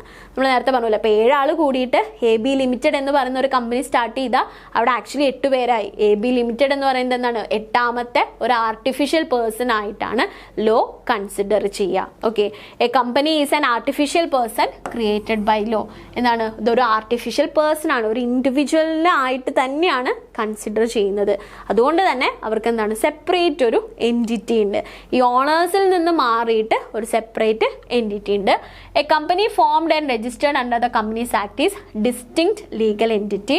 Company separate and distinct from the individual who compose it. ആരാണോ ഈ കമ്പനി ഫോം ചെയ്തത് അവരിൽ നിന്നും വ്യത്യസ്തമായിട്ട്, അല്ലെങ്കിൽ അവരിൽ നിന്ന് ഡിസ്റ്റിങ്ക്റ്റ് ആയിട്ടുള്ള ഒരു എക്സിസ്റ്റൻസ് കമ്പനിക്ക് ഉണ്ടായിരിക്കും. ഇപ്പം ഞാൻ പറഞ്ഞു 7 പേര് കൂടിയിട്ട് കമ്പനി ഫോം ചെയ്തു. അപ്പം എന്താണ്, അതിൽ 8ാമത്തെ ആളാണ് ഇനി കമ്പനി എന്ന് പറയുന്നത്. അപ്പം കമ്പനിക്ക് കമ്പനിയുടെ പേരിൽ പ്രോപ്പർട്ടീസ് വാങ്ങിക്കാനും എന്താ പറയുക, കമ്പനിയുടെ പേരിൽ എന്താ പറയുക ബാങ്ക് അക്കൗണ്ട്സ് സ്റ്റാർട്ട് ചെയ്യാനും, അല്ലെങ്കിൽ കമ്പനിയുടെ പേരിൽ എന്താ പറയുക കേസുകൾ നടത്താനും എല്ലാം എന്തുണ്ട്, കമ്പനിക്ക് അധികാരമുണ്ട്. ഒരു സെപ്പറേറ്റ് എക്സിസ്റ്റൻസ് അവിടെ കമ്പനിക്ക് ലഭിക്കുന്നുണ്ട്. It has some of the same right as a person. ഒരു ഇൻഡിവിജ്വലിന് എന്തൊക്കെ റൈറ്റ്സ് ഉണ്ടോ അതൊക്കെ ഒരു കമ്പനിക്ക് ഉണ്ട്. Okay, it has the same rights of a person. ഇപ്പം ഇന്ത്യയിലുള്ള ഒരു വ്യക്തിക്ക് എവിടെ വേണമെങ്കിലും അയാൾക്ക് ഒരു പ്രോപ്പർട്ടി വാങ്ങി അത് ഓൺ ചെയ്യാനുള്ള റൈറ്റ് ഉണ്ട് അല്ലേ. അപ്പം അതേപോലെ തന്നെയാണ് ഒരു കമ്പനിക്ക് എവിടെ വേണമെങ്കിലും പ്രോപ്പർട്ടി വാങ്ങി അത് കമ്പനിയുടെ പേരിൽ ഓൺ ചെയ്യാനായിട്ട്, ഈ ഓണേഴ്സിൻ്റെ പേരിലല്ല ഒരിക്കലും ഉണ്ടാവുക, കമ്പനിയുടെ പേരിൽ ഓൺ ചെയ്യാനായിട്ടുള്ള എല്ലാ റൈറ്റും കമ്പനിക്ക് ഉണ്ട്. ഓക്കെ, അപ്പോൾ അതുകൊണ്ടാണ് it has a separate legal entity എന്ന് പറയുന്നത്. And it can enter contracts and own property. കോൺട്രാക്റ്റുകൾ എൻ്റർ ചെയ്യാനും പ്രോപ്പർട്ടീസ് ഓൺ ചെയ്യാനായിട്ടുള്ള റൈറ്റ് ഉണ്ട്. It is like a natural person but has no physical existence. എന്താണ്, ഇതൊരു നാച്ചുറൽ പേഴ്സൺ പോലെ തന്നെയാണ്, പക്ഷേ ഇതിന് ഫിസിക്കൽ എക്സിസ്റ്റൻസ് ഇല്ല അല്ലേ. ഇപ്പം നമ്മളെ പോലെ ഒരു ഫിസിക്കൽ എക്സിസ്റ്റൻസ് ഇല്ല, because it is an artificial person created by law. Law create ചെയ്യുന്ന ആർട്ടിഫിഷ്യൽ പേഴ്സൺ ആയതുകൊണ്ട് എന്തില്ല, ഒരു ഫിസിക്കൽ എക്സിസ്റ്റൻസ് ഇല്ല, but it is a person in the eyes of law. Law consider ചെയ്യുമ്പോൾ എന്താണ്, അല്ലെങ്കിൽ ആസ് പെർ ലോ എന്താണ്, കമ്പനി ഒരു ഇൻഡിവിജ്വൽ ആണ്. കമ്പനീസിന് അവരുടെ റൈറ്റ്സ് ഉണ്ട്. കമ്പനീസ് എന്താ, അവർക്ക് അവരുടേതായിട്ടുള്ള കോൺട്രാക്ട്സും പ്രോപ്പർട്ടീസും കാര്യങ്ങളൊക്കെ അവരുടെ പേരിൽ ഓൺ ചെയ്യാനായിട്ടുള്ള റൈറ്റ് ഉണ്ട്. ഓക്കെ, അപ്പോൾ അതാണ് സെപ്പറേറ്റ് ലീഗൽ എൻറ്റിറ്റി ഉണ്ട്, കാരണം it is an artificial person created by law. Then the third one, limited liability. Important ആയിട്ടുള്ള കമ്പനിയുടെ ഫീച്ചേഴ്സിൽ ഒരെണ്ണമാണ്, one of the features of company, ഏറ്റവും ഇമ്പോർട്ടൻ്റ് ആയിട്ടുള്ള ഫീച്ചറിൽ വരുന്നതാണ് ലിമിറ്റഡ് ലൈബിലിറ്റി. അതായത് ഈ ഒരു മെമ്പേഴ്സിൻ്റെ അല്ലെങ്കിൽ ഓണേഴ്സിൻ്റെ ലൈബിലിറ്റി, കമ്പനിയുടെ ഓണേഴ്സിൻ്റെ ലൈബിലിറ്റി എന്ന് പറയുന്നത് ലിമിറ്റഡ് ആയിരിക്കും. ഓക്കെ, ലിമിറ്റഡ് ആണ്. അതിനൊരു ലിമിറ്റ് ഉണ്ട്. അവർ മാക്സിമം അവർ അഫോർഡ് ചെയ്യേണ്ട ലൈബിലിറ്റി എത്രയാണ്, അത് ലിമിറ്റഡ് ആണ്. എത്ര മാത്രമാണ് ഈ ലിമിറ്റ് എന്ന് പറയുന്നത്? The amount of the share they hold. ഇപ്പം കമ്പനിയിൽ നമുക്കറിയാം ഷെയർസ് ആണല്ലേ, ഓണർഷിപ്പ് എന്ന് പറയുന്നത് ഷെയറിൻ്റെ ഫോമിലാണ്. അപ്പോൾ ഷെയർ ഹോൾഡേഴ്സിനെയാണ് നമ്മുടെ കമ്പനിയുടെ ഓണേഴ്സായിട്ട് പറയുന്നത്. ഇപ്പം ഞാൻ 10 രൂപയുടെ ഷെയറാണ് ഞാൻ ഓൺ ചെയ്യുന്നത് എന്ന് വിചാരിക്കുക. ഓക്കെ, എൻ്റെ കയ്യിൽ AB ലിമിറ്റഡിൻ്റെ 10 രൂപയുടെ ഷെയറാണ് ഞാൻ പർച്ചേസ് ചെയ്തിട്ടുള്ളത്, അല്ലെങ്കിൽ എൻ്റെ കയ്യിലുള്ളത് എന്നുണ്ടെങ്കിൽ ഞാൻ ആരാണ്? ഞാനൊരു ഷെയർ ഹോൾഡറാണ്. ഓക്കെ, 10 രൂപയുടെ ഷെയർ ആണെങ്കിലും എന്താണ്? ഞാനൊരു ഷെയർ ഹോൾഡറാണ്, കമ്പനിയുടെ ഓണറാണ്. ഇപ്പം കമ്പനി എന്തെങ്കിലും നഷ്ടത്തിലേക്ക് പോവുകയാണ്, അല്ലെങ്കിൽ കമ്പനിക്ക് എന്താണ്, കമ്പനി വളരെ വലിയൊരു ബാധ്യതയൊക്കെ ഫേസ് ചെയ്യുന്ന ഒരു സമയമാണെന്ന് വിചാരിക്കുക. അപ്പോൾ എൻ്റെ ലൈബിലിറ്റി, ഈ കമ്പനിയുടെ ഓണർ എന്നുള്ള രീതിയിൽ എൻ്റെ ലൈബിലിറ്റി എന്ന് പറയുന്നത് മാക്സിമം എത്ര രൂപയാണ്? ഈ 10 രൂപ മാത്രമാണ്. ഓക്കെ, എത്ര രൂപയുടെ ഷെയർ ആണോ ഞാൻ ഹോൾഡ് ചെയ്യുന്നത്, ആ ഒരു ഷെയർ വാല്യൂ വരെ മാത്രമേ എനിക്ക് ലൈബിലിറ്റി ഉണ്ടായിരിക്കുള്ളൂ. അതിൽ കൂടുതൽ കമ്പനിക്ക് വരുന്ന ലോസുകളോ കാര്യങ്ങളോ ഒന്നും പേഴ്സണലി എന്നെ അഫക്റ്റ് ചെയ്യില്ല. ഓക്കെ, അതാണ് ഇവിടെ ലിമിറ്റഡ് ലൈബിലിറ്റി എന്ന് പറയുന്നത്. ഓക്കെ, അപ്പോൾ കമ്പനിയിലെ ഓണേഴ്സിൻ്റെ ലൈബിലിറ്റി എന്ന് പറയുന്നത് എപ്പോഴും ലിമിറ്റഡ് ആയിരിക്കും. അതിനൊരു സർട്ടൈൻ ലിമിറ്റ് ഉണ്ട്. ഇപ്പം നമ്മൾ പാർട്ട്ണർഷിപ്പ് ഫേമായിട്ടോ സോൾ പ്രൊപ്പറേറ്റർഷിപ്പുമായിട്ടോ കമ്പയർ ചെയ്യുന്ന സമയത്ത് സോൾ പ്രൊപ്പറേറ്റർഷിപ്പിലും പാർട്ട്ണർഷിപ്പിലും ഈ ഒരു ലൈബിലിറ്റി അൺലിമിറ്റഡ് ആണ്. അപ്പോൾ സോൾ പ്രൊപ്പറേറ്റർഷിപ്പ് ആയിട്ടൊരു എന്താ പറയുക, ഒരു കട നടത്തുകയാണെന്ന് വിചാരിക്കുക. അത് അണ്ടർ സോൾ പ്രൊപ്പറേറ്റർഷിപ്പിലാണ്. അപ്പോൾ പെട്ടെന്ന് ആ ഒരു കടയിൽ എന്താണ്, എന്തെങ്കിലും പ്രശ്നങ്ങളൊക്കെ കാരണം ആ ഒരു കടയിൽ സാമ്പത്തിക പ്രശ്നങ്ങൾ ഉണ്ടാവുകയാണെന്നുണ്ടെങ്കിൽ ഈ ഒരു ഓണർ ആയിട്ടുള്ള വ്യക്തിക്ക് ചിലപ്പോൾ അയാളുടെ പേഴ്സണൽ പ്രോപ്പർട്ടീസ് വിറ്റിട്ട് വരെ ആ ഒരു കടം തീർക്കേണ്ട ബാധ്യത വരാറുണ്ട്. അതേസമയം നമ്മളൊരു കമ്പനിയിലേക്ക് വരുന്ന സമയത്ത്, ഈ ഒരു കമ്പനിയുടെ കൺസേണിൽ പറയുന്ന സമയത്ത് ഇവിടെ എന്താണ്, ആ ഒരു ഓണറുടെ ലൈബിലിറ്റി എന്ന് പറയുന്നത് അയാളുടെ ഷെയർ വാല്യൂ എത്രയാണോ അതുവരെ മാത്രമാണ് അയാളുടെ ലൈബിലിറ്റി എന്ന് പറയുന്നത്. ഇപ്പം ഞാൻ 1000 രൂപയുടെ ഷെയറാണ് ഞാൻ പർച്ചേസ് ചെയ്തിട്ടുള്ളതെന്നുണ്ടെങ്കിൽ എനിക്ക് മാക്സിമം ആ കമ്പനിയിലേക്ക് കോൺട്രിബ്യൂട്ട് ചെയ്യേണ്ട എമൗണ്ട് എന്ന് പറയുന്നത് ഈ ഒരു 1000 രൂപ മാത്രമാണ്. അതിൽ കൂടുതലുള്ള നഷ്ടങ്ങളൊന്നും എന്നെ പേഴ്സണലി ബാധിക്കില്ല. Okay, the liability of the company's shareholders or owners is limited. കമ്പനിയുടെ ഷെയർ ഹോൾഡർ അല്ലെങ്കിൽ ഓണറുടെ ലൈബിലിറ്റി എന്ന് പറയുന്നത് എപ്പോഴും ലിമിറ്റഡ് ആയിരിക്കും. You have to pay as much as you have agreed to pay, which means the amount of capital they have invested. അവരുടെ liability അല്ലെങ്കിൽ അവർ കമ്പനിക്ക് കൊടുക്കേണ്ട പേയ്മെൻറ്റ് എന്ന് പറയുന്നത് മാക്സിമം എത്ര രൂപയാണ്? The capital, amount of capital they have invested. Okay, അവർ invest ചെയ്തിട്ടുള്ള ആ ഒരു ക്യാപിറ്റൽ മാത്രമാണ് അവരുടെ മാക്സിമം എമൗണ്ട് ഓഫ് ലൈബിലിറ്റി. അപ്പോൾ ഞാൻ നേരത്തെ പറഞ്ഞു, അപ്പോൾ ഞാൻ 10 രൂപയുടെ ഷെയറേ ഞാൻ വാങ്ങിയിട്ടുള്ളൂ. കമ്പനി പെട്ടെന്ന് നഷ്ടത്തിലാവുകയാണെന്നുണ്ടെങ്കിൽ എനിക്ക് വരാവുന്ന മാക്സിമം നഷ്ടം എന്ന് പറയുന്നത് ഈ 10 രൂപയാണ്. ഈ 10 രൂപയുടെ ഷെയറിൻ്റെ നഷ്ടം മാത്രമേ എനിക്ക് വരുള്ളൂ.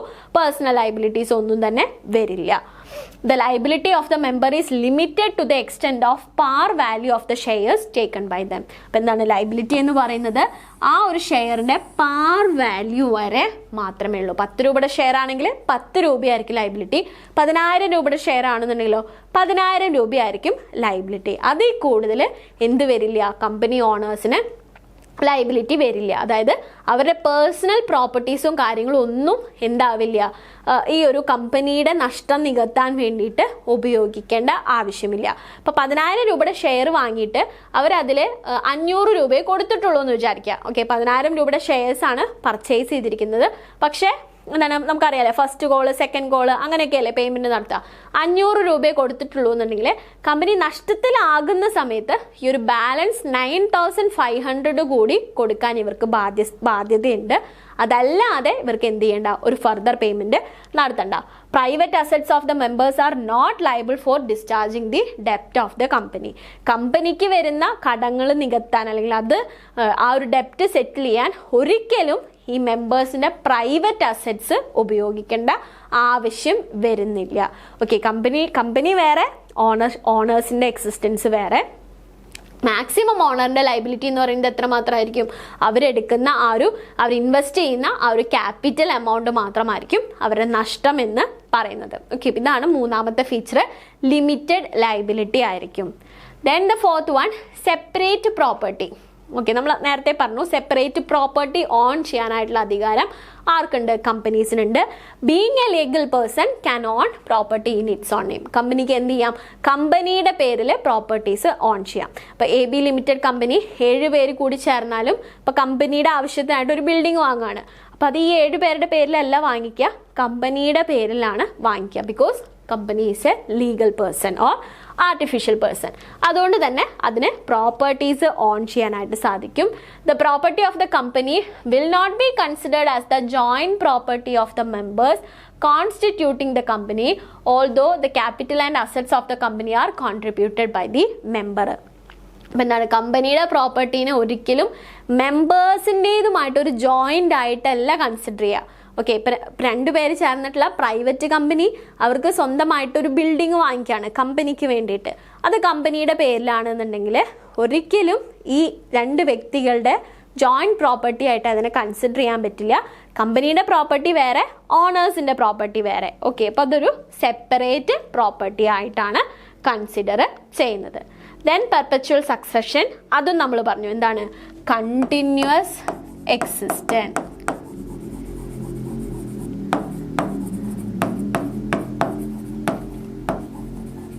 എന്താണ്, കമ്പനിക്ക് എന്തുണ്ടായിരിക്കും? ഒരു കണ്ടിന്യൂസ് ആയിട്ടുള്ള എക്സിസ്റ്റൻസ് ഉണ്ട്.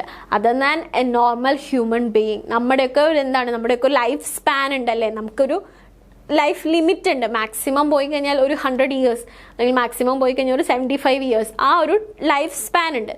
പക്ഷെ കമ്പനിക്ക് അങ്ങനെയല്ല. കമ്പനി ഒരു ആർട്ടിഫിഷ്യൽ പേഴ്സൺ ആണ്, അതിനൊരു കണ്ടിന്യൂസ് എക്സിസ്റ്റൻസ് ഉണ്ട്. Okay, unlike a natural person, a company never dies. Company എന്താവുന്നില്ല, കമ്പനി ഡൈ ആവുന്നില്ല, കമ്പനി മരിച്ചു പോകുന്നൊന്നുമില്ല. കാരണം ഇതൊരു ആർട്ടിഫിഷ്യൽ പേഴ്സൺ ആണ്. It has a continuous existence. അതിനെന്തുണ്ട്? ഒരു കണ്ടിന്യൂസ് ആയിട്ടുള്ള എക്സിസ്റ്റൻസ് ഉണ്ട്. അപ്പോൾ പെർപെച്വൽ സക്സഷൻ എന്ന് പറഞ്ഞാൽ എന്താണ്? കണ്ടിന്യൂസ് എക്സിസ്റ്റൻസ് ആണ് മീൻ ചെയ്യുന്നത്. The existence of the company is not affected by the death of shareholders. ഒരിക്കലും ഇപ്പോൾ 10 പേര് കൂടി ചേർന്ന് തുടങ്ങിയ കമ്പനിയിൽ ഒരു 2 ആൾ മരിച്ചു പോയെന്ന് കരുതിയിട്ട് കമ്പനി അടച്ചുപൂട്ടേണ്ട ഒരു സാഹചര്യം വരില്ല. അതിലിനിയിപ്പോൾ 8 ആൾ മരിച്ചു പോയാലും കമ്പനി അടച്ചുപൂട്ടേണ്ട സാഹചര്യം വരില്ല. ഈവൻ 10 പേരും അത് മരിച്ചു പോയാലും, ഓക്കെ, 10 പേര് ചേർന്ന് ഫോം ചെയ്ത കമ്പനിയിൽ 10 പേരും മരിച്ചു പോയാലും കമ്പനി എന്താവില്ല, ക്ലോസ് ആവില്ല. ആ ഷെയർ ഹോൾഡേഴ്സിൻ്റെ ലീഗൽ ഹയേഴ്സിന്, ആരാണോ ഇനി അവരുടെ ലീഗലി അതിന് റെസ്പോൺസിബിൾ ആയിട്ട് വരുന്നത്, അവരിലേക്ക് ഈ ഒരു ഓണർഷിപ്പ് ട്രാൻസ്ഫർ ആവുകയാണ് ചെയ്യുക. അല്ലാതെ ഒരിക്കലും മെമ്പേഴ്സിന് വരുന്ന എന്തെങ്കിലും പ്രശ്നങ്ങൾ കാരണമോ മെമ്പർഷിപ്പിൽ വരുന്ന ഓണർഷിപ്പിൽ വരുന്ന ചേഞ്ച് കാരണമോ കമ്പനിക്ക് എന്ത് സംഭവിക്കില്ല, ഒരു എൻഡ് സംഭവിക്കില്ല. കമ്പനി ഒരു ലോങ് എക്സിസ്റ്റൻസിൽ, അല്ലെങ്കിൽ കമ്പനിക്ക് ഒരു കണ്ടിന്യൂസ് എക്സിസ്റ്റൻസ് ഉണ്ടായിരിക്കും. Where all the members of the company were killed or dead, in such case the legal heirs of the deceased shareholders will become the members. നേരത്തെ പറഞ്ഞല്ലോ, ഇപ്പോൾ 10 പേര് ചേർന്ന് കമ്പനി സ്റ്റാർട്ട് ചെയ്തു, 10 പേരാണ് ഓണേഴ്സ്. ഈ 10 പേരും സപ്പോസ് ഒരു ആക്സിഡൻറ്റിൽ മരിക്കുകയാണെന്ന് വിചാരിക്കുക. അപ്പോൾ ഒരിക്കലും കമ്പനി അതോടുകൂടി സ്റ്റോപ്പായി എന്നല്ല. ഈ 10 പേരുടെ ലീഗൽ ഹയേഴ്സ് ഉണ്ടായിരിക്കും, അല്ലെങ്കിൽ അവരുടെ ലീഗലി അവരുടെ സ്വത്തിനൊക്കെ ഉത്തരവാദികളായിട്ടുള്ള, അല്ലെങ്കിൽ അതിന് അവകാശികളായിട്ടുള്ള ആളുകൾ ഉണ്ടായിരിക്കും, അനന്തരാവകാശികൾ ഉണ്ടായിരിക്കും അല്ലേ. അപ്പോൾ അവരിലേക്കായിരിക്കും, ഈ ലീഗൽ ഹയേഴ്സിലേക്ക് ഈ ഓണർഷിപ്പ്, കമ്പനിയുടെ ഓണർഷിപ്പ് പോകും. അപ്പോൾ അത്തരത്തിൽ കമ്പനി എന്ത് ചെയ്തുകൊണ്ടിരിക്കും, കണ്ടിന്യൂലി അത് എക്സിസ്റ്റ് ചെയ്തുകൊണ്ടിരിക്കും. It will never dies. എന്ത് ചെയ്യില്ല, കമ്പനി ഒരിക്കലും ഒരു ഹ്യൂമൻ ബീയിങ്ങിനെ പോലെ അതിന് ഒരു ഡെത്ത് എന്ന് പറയുന്ന ആ ഒരു പ്രശ്നം ഉണ്ടാവാനായിട്ട് സാധ്യതയില്ല. അപ്പം അതാണ് പെർപെച്വൽ സക്സഷൻ. ദെൻ നെക്സ്റ്റ് വരുന്നതാണ് ട്രാൻസ്ഫറബിലിറ്റി ഓഫ് ഷെയർസ് ട്രാൻസ്ഫർ ചെയ്യാം. ഞാൻ നേരത്തെ പറഞ്ഞു കമ്പനിയുടെ ഓണർഷിപ്പ് എന്ന് പറയുന്നത് it based on the shares ആയിട്ടാണ്, അല്ലെങ്കിൽ ഓണർഷിപ്പ് ഷെയറുകളായിട്ടാണ് ഉള്ളത്. അപ്പോൾ ഒരിക്കലും ഇപ്പം ഞാൻ AB ലിമിറ്റഡിൻ്റെ കമ്പനി സ്റ്റാർട്ട് ചെയ്യുന്ന സമയത്ത് ഞാൻ അതിൻ്റെ ഷെയർസ് വാങ്ങി ഓണർ ആയിട്ടുള്ള ഒരാളാണ്. പക്ഷേ ഒരിക്കലും എനിക്കിത് ട്രാൻസ്ഫർ ചെയ്യാൻ പറ്റില്ല എന്നോ, അല്ലെങ്കിൽ ജീവിതകാലം മുഴുവൻ ഞാൻ ആ ഒരു കമ്പനിയുടെ ഓണറായിട്ട് ഇരിക്കണം എന്നോ ഉള്ള യാതൊരു ആവശ്യവുമില്ല. ഇപ്പം എനിക്ക് ആ ഒരു ഓണർഷിപ്പ് വേണ്ട, അല്ലെങ്കിൽ അത് വിൽക്കണം എന്ന് തോന്നിക്കഴിഞ്ഞാൽ അത് എനിക്ക് വിൽക്കാനായിട്ട് സാധിക്കും. എപ്പോൾ വേണമെങ്കിലും എന്ത് ചെയ്യാൻ പറ്റും, ആ ഒരു ഷെയർ ട്രാൻസ്ഫർ ചെയ്യാനായിട്ട് സാധിക്കും.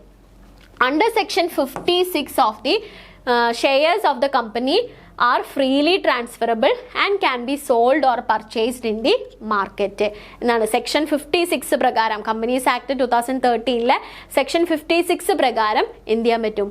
കമ്പനിയുടെ ഷെയർസ് എപ്പോൾ വേണമെങ്കിലും ട്രാൻസ്ഫർ ചെയ്യാനും അത് ഓപ്പൺ മാർക്കറ്റിൽ നിന്ന് പർച്ചേസ് ചെയ്യാനും സാധിക്കും. അപ്പം നിങ്ങൾക്ക് എന്താണ്, ഇന്ന് നിങ്ങൾക്കൊരു റിലയൻസിൻ്റെ ഷെയർ വാങ്ങിക്കണം എന്ന് തോന്നി കഴിഞ്ഞ് കഴിഞ്ഞാൽ നിങ്ങൾക്ക് എന്ത് ചെയ്താൽ മതി? ഓപ്പൺ മാർക്കറ്റ് അല്ലെങ്കിൽ സ്റ്റോക്ക് മാർക്കറ്റ്, ഇപ്പോൾ PSC NSC ഒക്കെ ഉണ്ട് അല്ലേ, അപ്പോൾ അത് ഉപയോഗിച്ച് നിങ്ങൾക്ക് ഷെയർ പർച്ചേസ് ചെയ്യാം.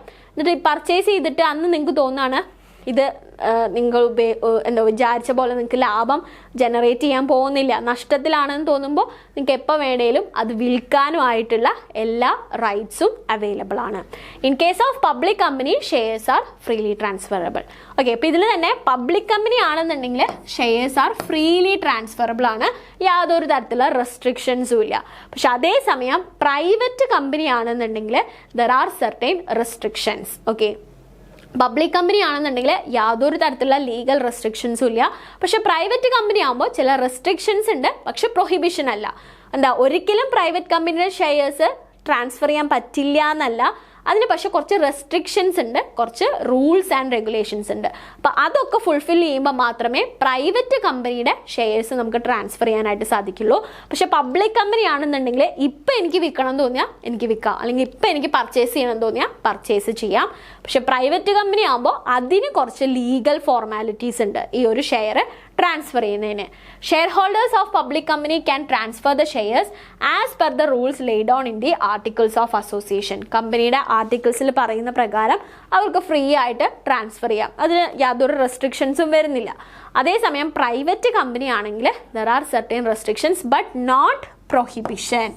റെസ്ട്രിക്ഷൻസ് ഉണ്ടെന്ന് പറയുന്നുണ്ട്, പക്ഷെ അതൊരിക്കലും പ്രൊഹിബിറ്റ് ചെയ്യുന്നില്ല, എന്താ പറയുക, ചെയ്യാനേ പാടില്ല എന്നുള്ളതല്ല, അത് ട്രാൻസ്ഫർ ചെയ്യണമെങ്കിൽ കുറച്ച് ലീഗൽ റൂൾസ് ഫോളോ ചെയ്യേണ്ടതായിട്ട് ഉണ്ട്. അപ്പോൾ അതാണ് ട്രാൻസ്ഫറബിലിറ്റി ഓഫ് ഷെയർസിൽ വരുന്നത്. നെക്സ്റ്റ് വൺ കോമൺ സീലാണ്. കമ്പനിക്ക് എന്തുണ്ട്? ഒരു കോമൺ സീൽ ഉണ്ട്. അതായത് കമ്പനി നമ്മൾ പറഞ്ഞു ഒരു artificial person created by law ആണെന്ന് പറഞ്ഞു അല്ലേ. അപ്പം അതുകൊണ്ട് തന്നെ എന്താണ്, ഒരു സെപ്പറേറ്റ് ലീഗൽ എൻറ്റിറ്റി ഉണ്ടെന്ന് പറഞ്ഞു. അതിൻ്റെ പേരിൽ പ്രോപ്പർട്ടീസ് ഓൺ ചെയ്യാനും എല്ലാം സാധിക്കുമെന്ന് പറഞ്ഞു. അപ്പോൾ നമുക്കറിയാം, ഇപ്പം നമുക്കൊരു ബാങ്ക് അക്കൗണ്ട് തുടങ്ങണമെങ്കിൽ നമുക്കൊരു പ്രോപ്പർട്ടി പർച്ചേസ് ചെയ്യണമെന്നുണ്ടെങ്കിൽ വി ഹാവ് ടു സൈൻ അല്ലേ, നമുക്കത് സൈൻ ചെയ്യണം, നമ്മളാണ് അത് ചെയ്യുന്നതെന്നുള്ളതിന് പ്രൂഫായിട്ട് നമുക്ക് സൈൻ ചെയ്യേണ്ടതായിട്ട് വരും. അപ്പോൾ കമ്പനിക്ക് എന്താണ് ഇത്തരത്തിൽ സൈൻ ചെയ്യാനായിട്ട് സാധിക്കില്ലല്ലോ, കാരണം ഒരു ആർട്ടിഫിഷ്യൽ പേഴ്സൺ അല്ലേ. അപ്പോൾ ഈ ഒരു സൈനിന് പകരം കമ്പനി യൂസ് ചെയ്യുന്നതാണ് എന്ത്? കോമൺ സീൽ എന്ന് പറയുന്നത്. ഓക്കെ, കമ്പനിയുടെ സിഗ്നേച്ചർ ആണ് ഈ ഒരു സീല്, കോമൺ സീൽ എന്ന് പറയുന്നത്. Since a company has no physical existence it activities are discharged through director or officers. Company എന്താണ്, ഫിസിക്കൽ എക്സിസ്റ്റൻസ് ഇല്ലാത്തതുകൊണ്ട് ത്രൂ ഡയറക്ടേഴ്സ് ആൻഡ് ഓഫീസേഴ്സ് ആയിരിക്കും അതിൻ്റെ ഡ്യൂട്ടീസും കാര്യങ്ങളും ഡിസ്ചാർജ് ചെയ്യുന്നത്. They are the agents of the company. കമ്പനിയുടെ ഏജൻസ് ആണ് ഈ ഒരു ഡയറക്ടേഴ്സ് എന്നൊക്കെ പറയുന്നത്. The common seal with the name and registered office and address of the company. ഇപ്പോൾ കോമൺ സീലിൽ എന്തൊക്കെ ഉണ്ടായിരിക്കും? കമ്പനിയുടെ പേരുണ്ടായിരിക്കും, കമ്പനിയുടെ രജിസ്റ്റേർഡ് ഓഫീസ് ഉണ്ടായിരിക്കും, അതേപോലെ തന്നെ കമ്പനിയുടെ അഡ്രസ്സ് ഉണ്ടായിരിക്കും.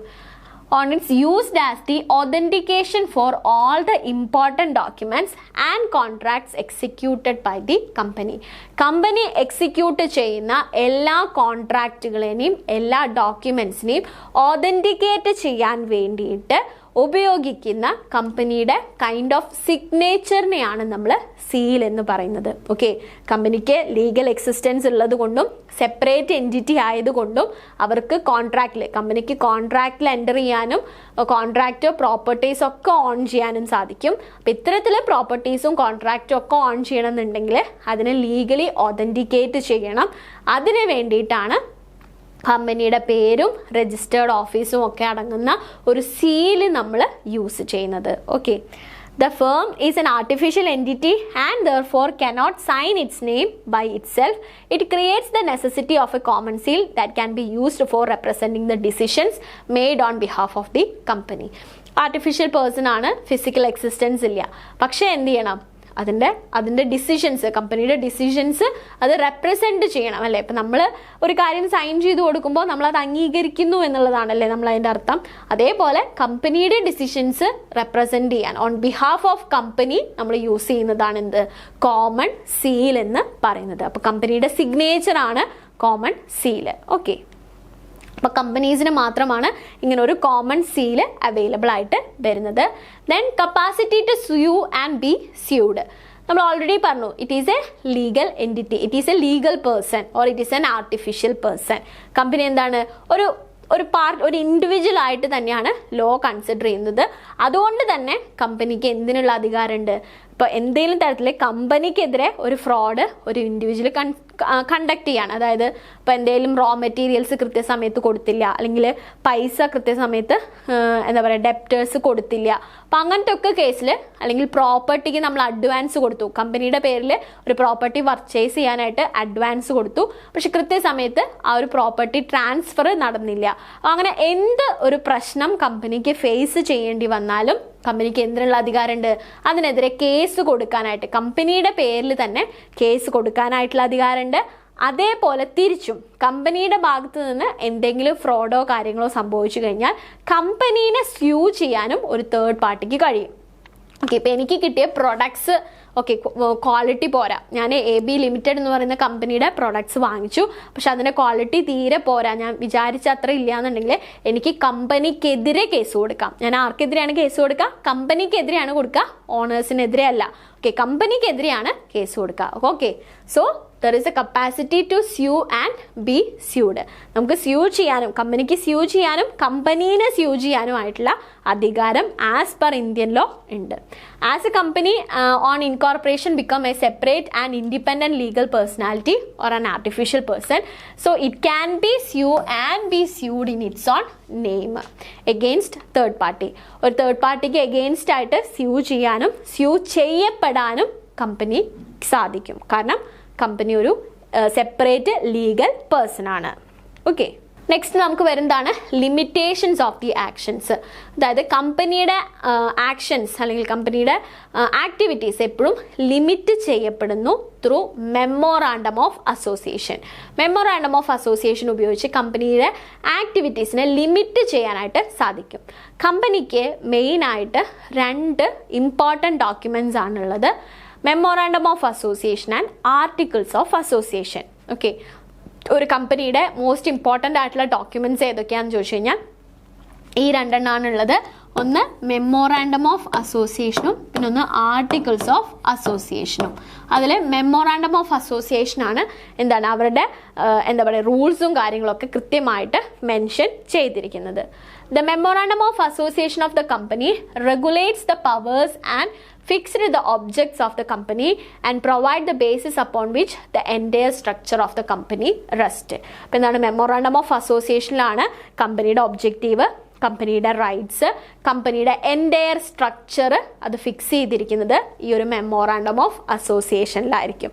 അപ്പോൾ ഇത് പ്രകാരം മാത്രമേ കമ്പനിക്ക് എന്ത് ചെയ്യാൻ പറ്റുള്ളൂ, ഫങ്ഷൻ ചെയ്യാനായിട്ട് സാധിക്കുള്ളൂ. പിന്നെ ഇത്ര പ്രോപ്പർട്ടി വാങ്ങിക്കാനേ കമ്പനി പാടുള്ളൂ എന്ന് മെമ്മോറാണ്ടത്തിൽ മെൻഷൻ ചെയ്തിട്ടുണ്ടെങ്കിൽ അത്രയും എമൗണ്ട് ഓഫ് പ്രോപ്പർട്ടി മാത്രമേ കമ്പനിക്ക് പർച്ചേസ് ചെയ്യാനായിട്ട് സാധിക്കുള്ളൂ. അപ്പോൾ ആ ഒരു മെമ്മോറാണ്ടത്തിൻ്റെ ബേസിസിലായിരിക്കും കമ്പനിയുടെ ആക്ടിവിറ്റീസിനെ ലിമിറ്റ് ചെയ്യുന്നത്. Once the power has been lay down in memorandum of association the company cannot go beyond such power. ഒരിക്കലും മെമ്മോറാണ്ടത്തിനെതിരായിട്ട് കമ്പനിക്ക് പെർഫോം ചെയ്യാനായിട്ട് സാധിക്കില്ല. They have to go along with the memorandum of association. Okay, അതാണ് limitations of action. Then the last one winding up. ഇപ്പം നമ്മൾ പറഞ്ഞു കമ്പനിക്ക് ഒരു കണ്ടിന്യൂസ് എക്സിസ്റ്റൻസ് ഉണ്ട്, പെർപെച്വൽ സക്സഷൻ ആണ് എന്നൊക്കെ നമ്മൾ പറഞ്ഞു അല്ലേ. എന്ന് കരുതി കമ്പനി എല്ലാ സാഹചര്യത്തിലും കണ്ടിന്യൂ ചെയ്യണമെന്നല്ല. കമ്പനി ചിലപ്പോൾ എന്ത് ചെയ്യേണ്ടി വരും, അതിൻ്റെ ആ ഒരു ഫങ്ഷൻ സ്റ്റോപ്പ് ചെയ്യേണ്ടതായിട്ട് വരും. ആ ഒരു പ്രോസസ്സിനെയാണ് നമ്മൾ വൈൻഡിങ് അപ്പ് എന്ന് പറയുക. ലീഗലി കമ്പനീനെ സ്റ്റോപ്പ് ചെയ്യുന്ന ആ ഒരു പ്രോസസ്സാണ് വൈൻഡിങ് അപ്പ്. നമ്മൾ നേരത്തെ പെർപെച്വൽ സക്സഷനിൽ പറഞ്ഞത് എന്താ, ഓണേഴ്സിൻ്റെ ഡെത്തോ കാര്യങ്ങളോ ഒന്നും എഫക്റ്റ് ചെയ്യില്ല, പക്ഷേ ലീഗലി നമുക്ക് കമ്പനി സ്റ്റോപ്പ് ചെയ്യാനായിട്ട് സാധിക്കും. അതിനെയാണ് വൈൻഡിങ് അപ്പ് എന്ന് പറയുന്നത്. As a company is an artificial person, it does not die as a natural person. ഒരു നാച്ചുറൽ പേഴ്സണെ പോലെ മരണം എന്ന് പറയുന്ന ഒരു കാര്യമില്ല. But the life of the company ends through a process known as winding up. എന്താണ്, ഒരു കമ്പനിയുടെ ലൈഫിനെ നമുക്ക് ത്രൂ വൈൻഡിങ് അപ്പ് എൻഡ് ചെയ്യാനായിട്ട് സാധിക്കും. Winding up can be voluntary or compulsory. ഇനി വൈൻഡിങ് അപ്പ് എങ്ങനെയൊക്കെ ആവാം, it can B voluntary or compulsory. Okay, 2 രീതിയിൽ കമ്പനീനെ വൈൻഡ് അപ്പ് ചെയ്യാം, കമ്പനീനെ പ്രോസസ്സ് എൻഡ് ചെയ്യാം. ഇങ്ങനെയൊക്കെയാണ് വോളണ്ടറിലിയും ചെയ്യാം, കമ്പൽസറിലിയും ചെയ്യാം. വോളണ്ടറി എന്ന് പറഞ്ഞാൽ എന്താണ്? കമ്പനിയുടെ ഓണേഴ്സ് എല്ലാം ചേർന്ന് തന്നെ കമ്പനീനെ സ്റ്റോപ്പ് ചെയ്യാനായിട്ട് തീരുമാനിച്ചു കഴിഞ്ഞാൽ അതിനുള്ള ആപ്ലിക്കേഷനും കാര്യങ്ങളൊക്കെ കൊടുത്ത് സ്റ്റോപ്പ് ചെയ്യാം.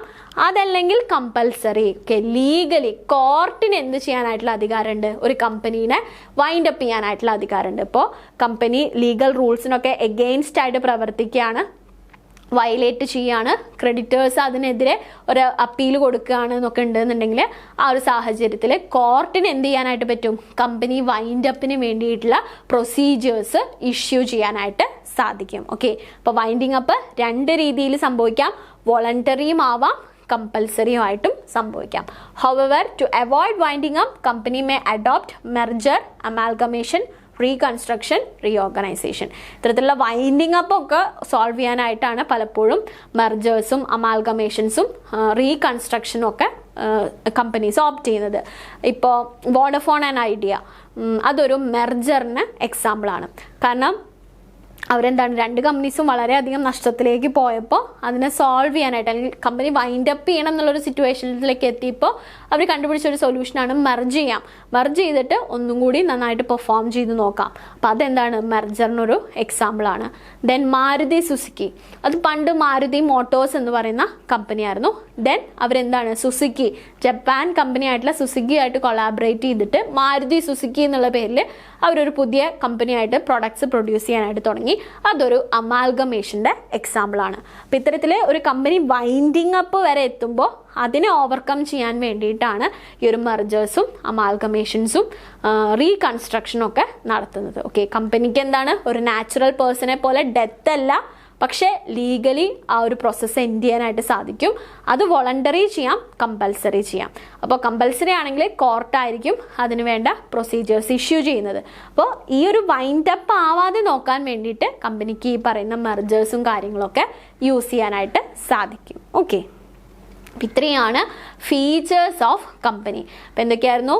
It has a separate legal entity, it is incorporated under the companies act, perpetual succession ആണ്, transferability of shares, winding up, അതേപോലെ തന്നെ കോമൺ സീല്, ലിമിറ്റഡ് ലൈബിലിറ്റി. മെമ്പേഴ്സിൻ്റെ ലൈബിലിറ്റി എങ്ങനെയാണ്? ലിമിറ്റഡ് ആയിരിക്കും. അപ്പോൾ ഈ പറയുന്നതൊക്കെ എന്താണ്, ഇമ്പോർട്ടൻ്റ് ആയിട്ടുള്ള കമ്പനിയുടെ ഫീച്ചേഴ്സ് ആണ്. അപ്പോൾ as per companies act 2013 section 2 subsection 20, any organization registered under the Companies Act 2013 or previous law can be considered as a company. Okay, clear ആയി എന്ന് വിചാരിക്കുന്നു. ഓക്കെ, ഇനി നമുക്ക് ഇന്നത്തെ ഈ ഒരു പോർഷൻ റിലേറ്റഡ് ആയിട്ടുള്ള MCQs നമുക്ക് നോക്കി നോക്കാം. When was the Companies Act 2013 notified? Features പറഞ്ഞപ്പോൾ നമ്മൾ പറഞ്ഞിട്ടുണ്ടായിരുന്നു. എന്നാണ് 2013 കമ്പനീസ് ആക്ട് നോട്ടിഫൈ ആയത്? 18th December 2012, 8th August 2013, 29th August 2013, 13th August 2013. Notified ആയത് എന്നാണെന്നാണ് ചോദിക്കുന്നത്. ഇറ്റ്സ് 13th August 2013 അല്ലേ? 13th August 2013 നോട്ടിഫൈ ആയത്. Next question, when was the Companies Bill 2009 introduced in Lok Sabha? Companies bill 2009 ആണ് ഇൻട്രൊഡ്യൂസ് ചെയ്തത് എന്നാണെന്നാണ് ചോദിക്കുന്നത്. August 3rd 2009, August 31st 2010, December 18 2012, August 8 2013. എന്നാണ് 2009 bill introduce ചെയ്തത്? August 3rd 2009 ബില്ല് ഇൻട്രൊഡ്യൂസ് ചെയ്തത്. Okay, next question, which section of the companies act 2013 defines a company? കമ്പനീനെ define ചെയ്യുന്ന companies ആക്ടിലെ സെക്ഷൻ നമ്മൾ റിപ്പീറ്റഡ് ആയിട്ട് കുറേ പറഞ്ഞിരുന്നു അല്ലേ? സെക്ഷൻ 2 സബ്സെഷൻ 15 ആണോ, സെക്ഷൻ 2 സബ്സെഷൻ 20 ആണോ, സെക്ഷൻ 5 സബ്സെഷൻ 10, സെക്ഷൻ 3 സബ്സെഷൻ 12? ഏതാണ് കമ്പനീസ് ആക്ടിൽ ഏത് സെക്ഷനിലാണ് കമ്പനീനെ ഡിഫൈൻ ചെയ്യുന്നത്? Section 2 subsection 20. ഓപ്ഷൻ ബി ആണ് കറക്റ്റ് ആയിട്ടുള്ള answer. Next question, which committee was tasked with reviewing the companies bill 2009? ഏത് കമ്മിറ്റിയാണ് കമ്പനീസ് ബിൽ 2009 റിവ്യൂ ചെയ്തത്? ഇതായിരുന്നു parliamentary standing committee on finance അല്ലെ? ഓപ്ഷൻ ബി ആണ് കറക്റ്റ് ആയിട്ടുള്ള answer. Next question, what is the minimum number of members required to form a public company? Public company form ചെയ്യാനായിട്ടുള്ള minimum number of members 2 ആണോ 7 ആണോ 10 ആണോ 20 ആണോ? Public കമ്പനിയാണ് കേട്ടോ. ഏത് കമ്പനിയാണ്? പബ്ലിക് കമ്പനിയാണ്. അപ്പോൾ എത്രയാണ്? 7. ഓപ്ഷൻ ബി ആണ് കറക്റ്റ് ആയിട്ടുള്ള answer. Next question, when did the companies act 2013 receive presidential assent? പ്രസിഡന്റിന്റെ അസെന്റ് കിട്ടിയത് എന്നാണ്? August 29, 2013, August 30, 2013, August 3, 2013, December 18, 2012. President അത് അപ്രൂവ് ചെയ്തത് എന്നാണെന്നാണ് ചോദിക്കുന്നത്. August 29, 2013. Next question, what does perpetual succession of a company implies? എന്താണ് പെർപെച്വൽ സക്സഷൻ?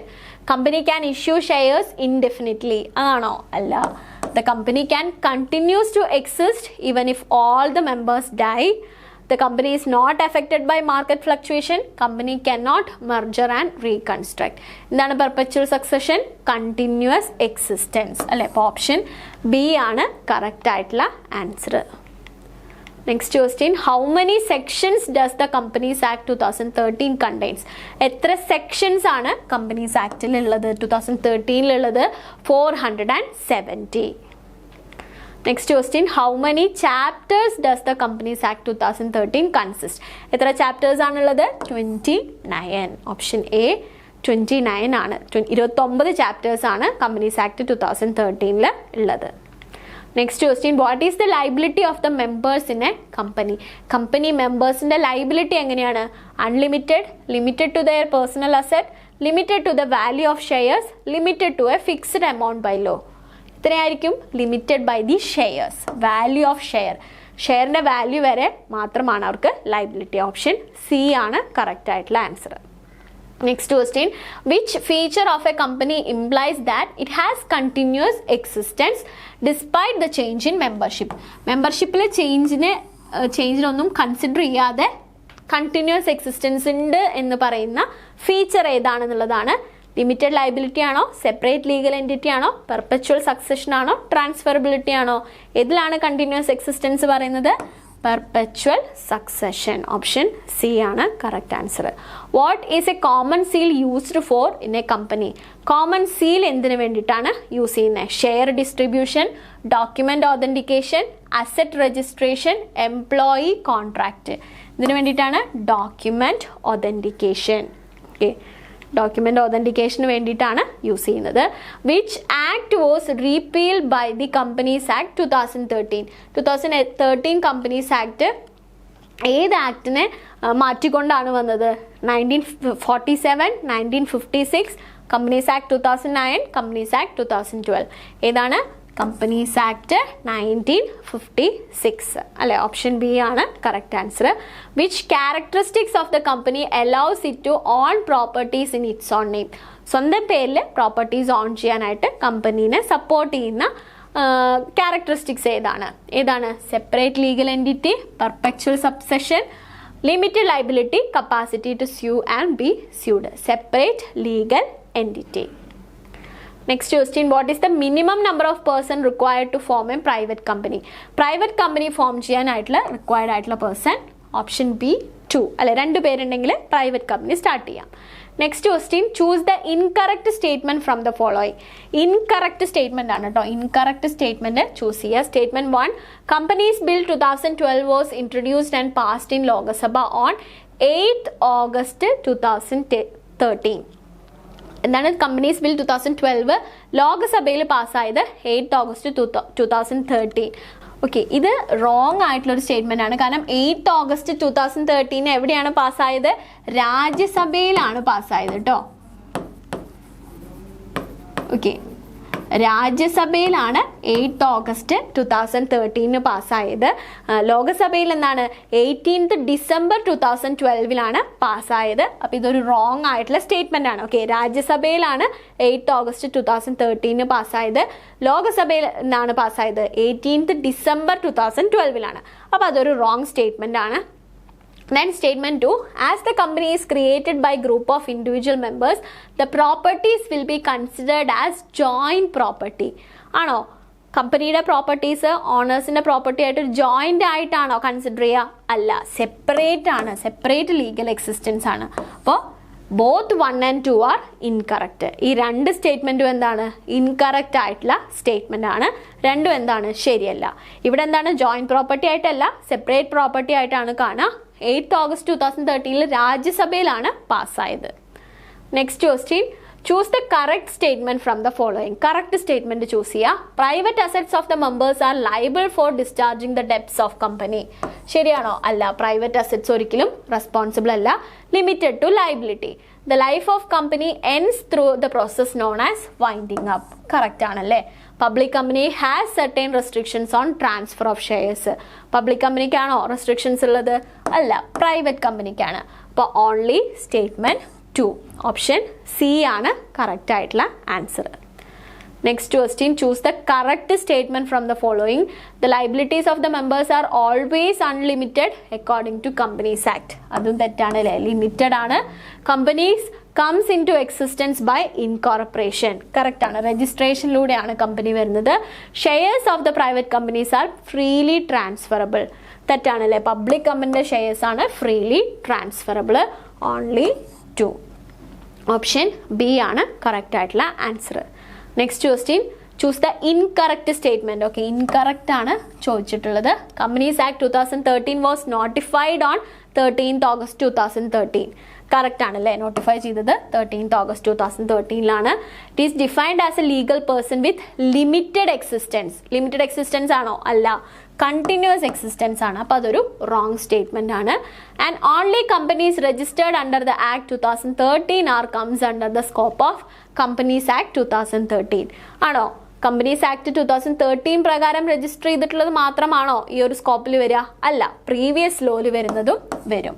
അപ്പോൾ incorrect statement 2 and 3, option C ആണ് കറക്റ്റ് ആയിട്ടുള്ള ആൻസർ. 2 and 3 ആണ് incorrect statements. Choose the incorrect statement from the following. Again incorrect statement ആണ് choose ചെയ്യേണ്ടത്. Articles of association regulates the powers of company. ആണോ?